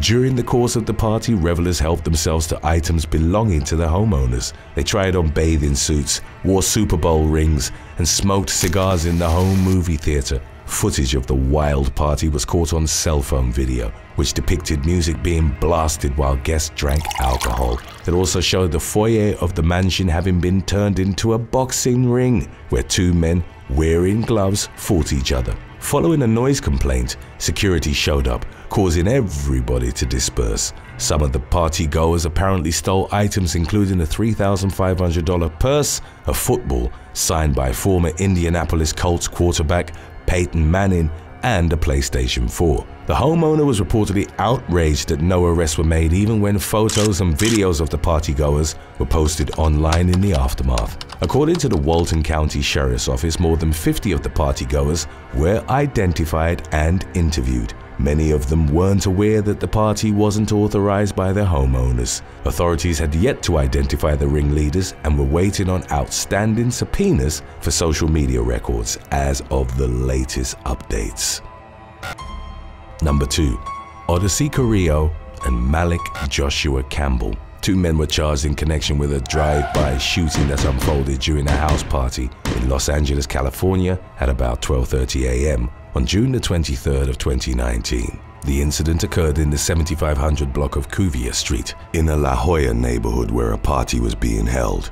A number of uninvited guests showed up, including 18-year-old Odyssey Carrillo. After a dispute ensued, Carrillo left the party and came back in a light-colored sedan with 20-year-old Malik Joshua Campbell. 9 shots were subsequently fired from the vehicle into a crowd of people. 20-year-old Nina Silva was mortally wounded while 3 others suffered non-fatal injuries. The vehicle used by the suspects during the shooting was spotted by police almost a month later, on July the 17th. Following a high-speed pursuit, Carrillo, who was behind the wheel, was apprehended. He was charged with murder, assault with a semi-automatic firearm, possession of a firearm by a prohibited person, and evading arrest. 2 months later, Campbell was also arrested for murder and assault. The 2 men pleaded not guilty to all charges and both remained in jail while awaiting trial. Campbell was held on a $9 million bond, while Carrillo was held without bail. Number 1. Denise and Sydney Spies. On the morning of August the 13th of 2012, a mother and daughter from Colorado were arrested in Durango after police interrupted an underage drinking party the previous night. It wasn't the first time 18-year-old Sydney Spies and 45-year-old Denise Spies made headlines together. In January of that same year, Sydney's senior picture was refused by the yearbook committee at Durango High School because it apparently showed the teen in a provocative pose and revealing outfit. When she submitted a second photo, this time wearing a strapless dress, it was again rejected. Sydney and her mother subsequently protested outside the school. In another incident in June, Denise was reportedly arrested for making a scene in a church parking lot. CBS reported that at around 11:20 p.m. on August the 12th, police officers found several underage drinkers partying at the Spies' residence. When officers approached Denise, she broke into a full sprint and tried to close the door on them. Sydney attempted to block the officers from entering the home as well. The Spies were then arrested for obstruction of a police officer. Denise was additionally charged with contributing to the delinquency of a minor. Sydney and Denise were booked at the La Plata County Jail, where they were bailed out the next day on $500 and $10,000 bonds, respectively. On the night of September the 9th of 2020, Wisconsin woman Arianika Primer was out celebrating her 27th birthday at a club in northern Milwaukee. At some point during the night, she got into an argument with a group of women. Primer then went outside at around 1:30 a.m. and she was shot. The emergency services were called to the scene, but Primer was beyond saving and she was pronounced dead. Her family subsequently arrived at the club. The victim's older sister, Siobhan Oliphant, later told the media that the authorities didn't immediately have answers for them. Distraught, Oliphant stated, "My sister should be here. She should have never died on her birthday." The police arrested a 36-year-old man at the scene, but his identity and his connection to the shooting remained unspecified. Primer was survived by 2 young sons. Number 6. Sean Crossfield. Leading up to the summer of 2022, Englishman Sean Crossfield had recently returned to paragliding after a 6-year break.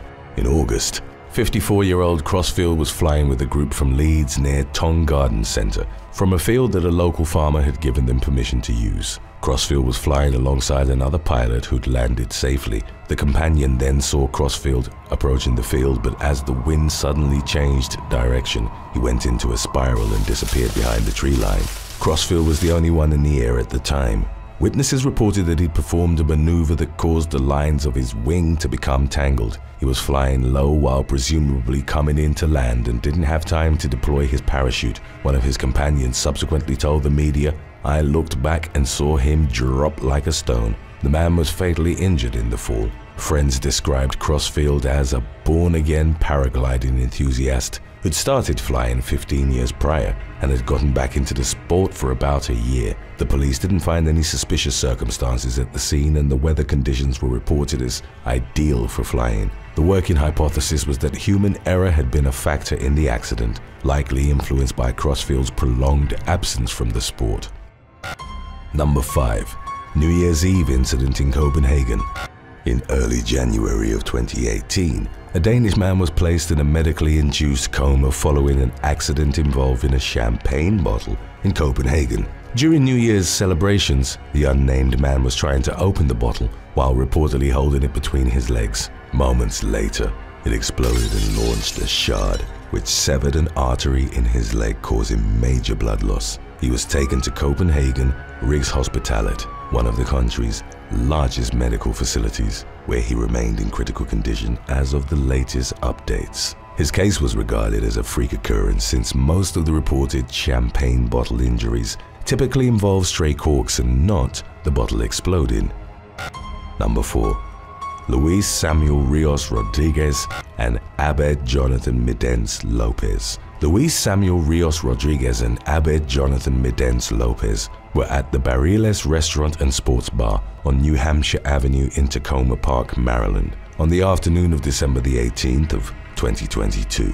The fun atmosphere that was reported inside the establishment took a turn when Rodriguez and Midens Lopez got into a verbal argument with another patron. They were separated by a security guard and the aforementioned duo was escorted outside. Rodriguez then returned to the restaurant with a firearm and confronted the patron. A physical altercation ensued that culminated with Rodriguez shooting the latter. Local law enforcement responded to reports of shots fired and located the victim, who was transported to a hospital in critical condition. Rodriguez and Midens Lopez were taken into custody while trying to flee the restaurant. Midens Lopez had suffered non-fatal injuries and he was taken to a hospital before he was processed by law enforcement. His booking photo would show a stitched-up wound on his forehead.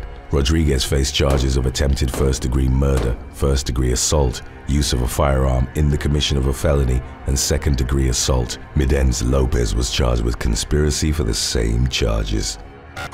Number 3. Callum Miller and Paige Rice. On October the 17th of 2021, Englishwoman Paige Rice was in the passenger seat of an Audi S3 driven by her ex-boyfriend, Callum Miller, and heading towards the Queensway Tunnel in Liverpool. As reported by her mother, Claire, 22-year-old Paige had been planning a night out in the city for her birthday. Claire would later tell the media that her daughter had been talking about entering her last year of partying, as she had plans of saving up to buy a house. Paige, a nail technician and aspiring influencer, and Callum had reportedly broken up a few months prior, but they were believed to have remained friends. Paige had visited Callum and they went out together on October the 17th. As he approached the tunnel, 27-year-old Callum was driving at 98 miles per hour on a 30-mile-per-hour road. He struck two vehicles, collided with bollards, and then lost control of the Audi. Moments later, he collided headfirst with a Mercedes taxi, traveling at around 25 miles per hour. The initial and final collisions were captured by CCTV, while the Audi traveling at high speed was also recorded by the taxi's dashcam. Both vehicles suffered extensive damage and the force of the collision sent the taxi back a considerable distance. Its driver was taken to the trauma unit at Aintree Hospital, where he underwent extensive surgery for severe damage to his wrist, hip, and right leg. Paige died within hours of the collision with trauma as the recorded cause of her passing. The police initially treated the incident as a criminal probe and believed that Callum could have been investigated for causing death by dangerous driving. Law enforcement ultimately decided not to launch the investigation, given the condition of those involved in the crash. Callum died from a traumatic brain injury a few days after Paige. Number 2. Incident at Grona Lund Park. A 35-year-old woman was killed and 9 other people were injured in June of 2023 following a roller coaster accident at Grona Lund Park in Stockholm, Sweden. According to witness reports, the front of a train from the steel-tracked Jetline roller coaster flew off the track and stopped at a height between 20 and 25 feet. One of the cars, which carried 14 people, tilted towards the ground and several of its occupants fell out along with the car's wheel assembly. Of them, a 35-year-old woman suffered fatal injuries. Another rider had managed to cling to the track and was pictured sitting on a beam under the train. The park was evacuated in the incident's aftermath and would remain closed for at least a week to allow the authorities to assess the situation. Local police initiated a criminal investigation on possible charges of involuntary manslaughter, causing bodily harm and causing danger to others. Number 1. Elisangela Tynum. At the time of the New Year celebrations in 2022, Brazilian woman Elisângela Tynum and her family were visiting Praia Grande in Sao Paulo. On New Year's Eve, Tynum's family was at the home they'd rented out while the 38-year-old and her 2 children and her cousin Alexander Goncalves went to the beach to watch the fireworks display that the city had organized. At the beach, Goncalves began recording the show with Tynum's cell phone. He captured a man enthusiastically gesturing to the camera while countless fireworks lit the sky behind him. Simultaneously, in the background, another man lit up a pyrotechnic rocket in the sand. The footage would show the rocket becoming airborne but then sharply deviating from its vertical path and shooting straight to the spot from where Tynum and her family were watching the display. It struck Tynum in the chest, exploding into a fireball on impact. Goncalves rushed to help his cousin, who'd started screaming in agony. The 41-year-old later told a media outlet, "At that moment I looked at her and saw the artifact trapped. The firework had gotten caught in Tynum's clothes and Goncalves sustained burns trying to remove it. Tynum died as a result of the injuries she'd sustained in the explosion. Praia Grande police treated the incident as a homicide and culpable bodily injury. They were able to obtain an image of the suspect's face and launched a search for him. They also aimed to find out who had sold the man the firework, as it was prohibited in the city."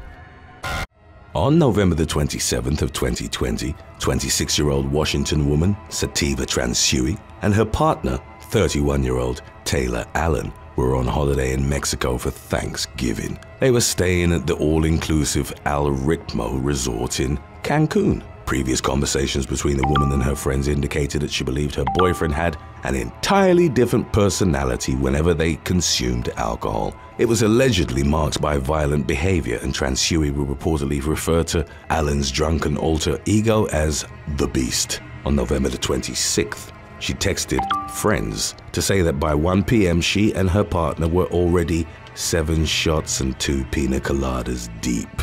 A few hours later, a flurry of messages from Transui to her younger sister indicated that she needed stitches after she and Allen had gotten into a violent argument. The messages then abruptly stopped, prompting friends and family to become concerned and alert Mexican authorities. Transui's mother received a call from the consulate the following day and was informed that cleaning staff at the hotel had found her daughter dead in her room. The authorities reported she'd been beaten to a bloody pulp. Investigators believed that Allen had beaten his girlfriend to death at some point in the night and later released a photo of him after he'd been taken into custody still wearing his hotel bathrobe. As of the latest reports on the matter, Allen had been charged with murder and was taken to a Mexican prison while awaiting a court date. Number 7. Ron and Diane Hughes. 65-year-old Ron Hughes and his wife, 57-year-old Diane, were visiting Queensland, Australia in January of 2023. The British couple who'd gotten married the year before went on a sightseeing helicopter tour on January the 2nd in Main Beach. Ron and Diane, along with 4 other passengers, were in a Eurocopter EC-130, piloted by Ash Jenkinson, aged 40. As the latter was taking off from a sandbank, another helicopter of the same model and working for the same tour was coming in to land. Seconds after Jenkinson had taken off, the rotor of his helicopter struck the cockpit of the other aircraft. The impact was devastating for Jenkinson's helicopter, which crashed and became a mangled wreck. Dozens of bystanders rushed in to help the casualties. Ron and Diane died in the crash along with fellow passenger Vanessa Tadros, aged 36, and Jenkinson. The second aircraft landed upright on the sandbank and the people on board only suffered minor injuries. The preliminary findings of an investigation into the crash indicated that the main factors had been visibility and miscommunication between the 2 pilots. Number 6. John and Susan Cooper. UK couple John and Susan Cooper were on holiday to Egypt in August of 2018 and staying at the Red Sea resort of Hurghada. On August the 20th, the couple complained of an acetone-like smell upon returning to their room at the Steigenberger Aqua Magic Hotel. They called housekeeping 3 times. A German tourist believed to have been staying in the room next to theirs had checked in and immediately checked out because of the smell. John and Susan didn't change their accommodation and fell gravely ill on August the 21st. John died in the room, and a medical examination would later reveal that he'd suffered a sharp drop in blood pressure, which had caused his heart to stop abruptly. Hours later, Susan suddenly fainted and was transferred to the Al Asil hospital. She died in the ambulance en route to the medical facility, where staff was reported to have tried to restart her heart for 10 minutes. Evidence indicated that around the time of the couple's passing, the room next to theirs had been fumigated. 3 years from the incident, the couple's daughter Kelly still had no conclusive answers for what had happened to them. John and Susan were reported as being in perfect health prior to the trip. Local authorities determined that their deaths had been caused by the E. coli bacteria, although a separate Home Office post-mortem had proved inconclusive. Preliminary reports from experts at Public Health England suggested that neither radiation, natural causes, carbon monoxide, nor food poisoning had contributed to the couple's deaths, and that they'd likely been exposed to an infectious biological agent or toxic chemicals in the years since the incident. The British government made over a dozen attempts to obtain the relevant information from Egyptian officials, including meetings with the country's ministers of foreign affairs and tourism. Nevertheless, as of the latest information available on the matter, the authorities hadn't released John and Susan's post-mortem results or the test results from the hotel room. Number 5. Jesse Ropos. On January the 13th of 2023, after a 10-day vacation in Puerto Aventuras, Mexico, Canadian tourist Jesse Ropos was due to return to Winnipeg with his wife, Stacy. The couple, who'd been married for 8 years and had 3 children together, regarded the trip as their long-awaited honeymoon. Approximately 12 hours before their scheduled flight back to Canada, Jesse remained at the bar while his partner went back to their room at the Catalonia Yucatan Beach Hotel. A few hours later, staff woke Stacy up and took her to the lobby. She saw that the area had been cordoned off by the police and was told that her husband was dead. Stacy would later remember running towards Jesse's lifeless body and demanding that he get up.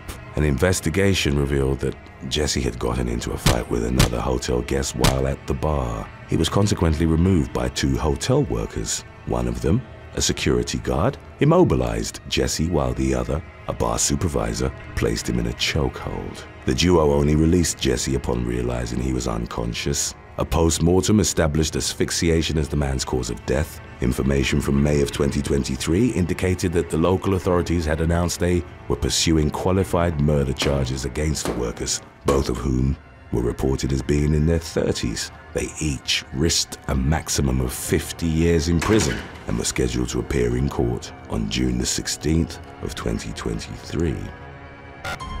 Number 4. Jamie and Mary Carsey.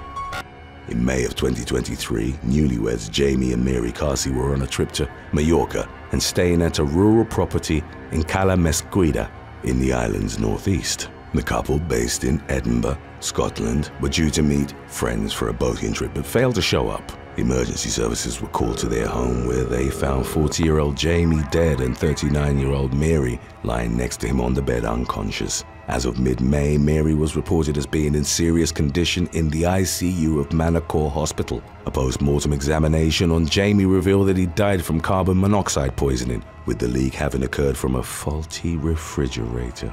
The couple were described by friends as a match made in heaven. They'd been on their second honeymoon on the island. Roughly 2 weeks prior, they'd celebrated a second wedding ceremony back in Edinburgh with their loved ones.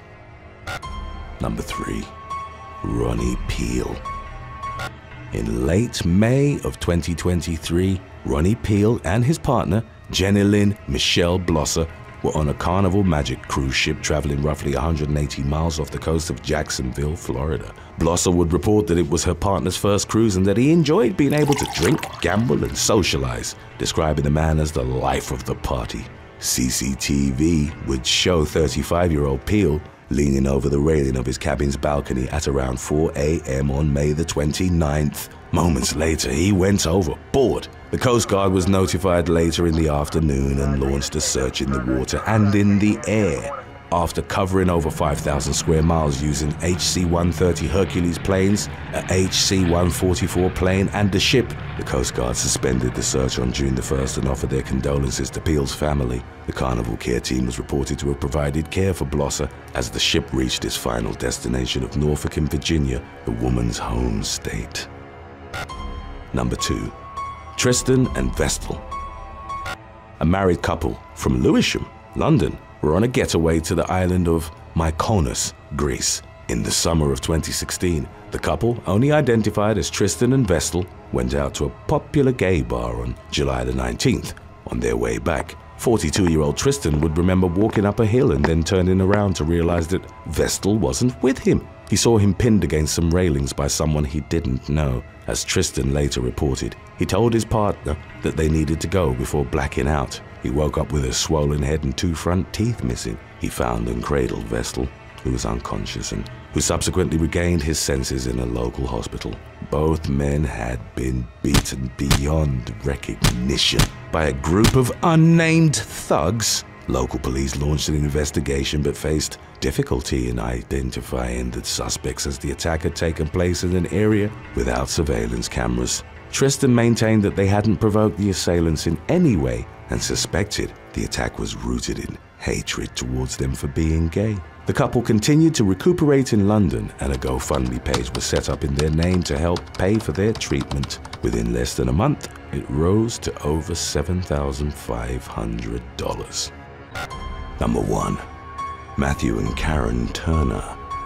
While visiting South Africa, Matthew and Karen Turner, both in their 30s, were staying at the luxury Hluleka Nature Reserve in the country's Eastern Cape province. On September the 17th of 2019, the couple were in a self-contained lodge on the beach. At about 3 a.m., 2 men, armed with knives, broke into their chalet. They stabbed Karen and Matthew multiple times during what would later be suspected to have been a robbery gone wrong. Karen, who was 3 months pregnant and had celebrated her birthday the previous day, suffered devastating injuries. Matthew was stabbed in the stomach but managed to fight off his attacker. He reportedly tried to chase after the men, but they jumped from a balcony and fled. He then turned back to find that his wife had become unresponsive. Karen died at the scene. The couple's friends were staying in an adjacent chalet and they were awoken by the commotion. The last thing that Matthew remembered before collapsing was unlocking the door for his friends, who walked in to find a bloodbath. Matthew survived and underwent surgery for his wounds in the aftermath. Local investigators took statements from witnesses and gathered evidence but couldn't identify the perpetrators. In October of 2021, the authorities offered a reward of around $5,000 for information leading to the men's arrest. Thanks for watching. Would you go on an all-expenses-paid cruise around the world knowing there was a 50% chance you'd end up stranded on a deserted island? Let us know in the comments section below.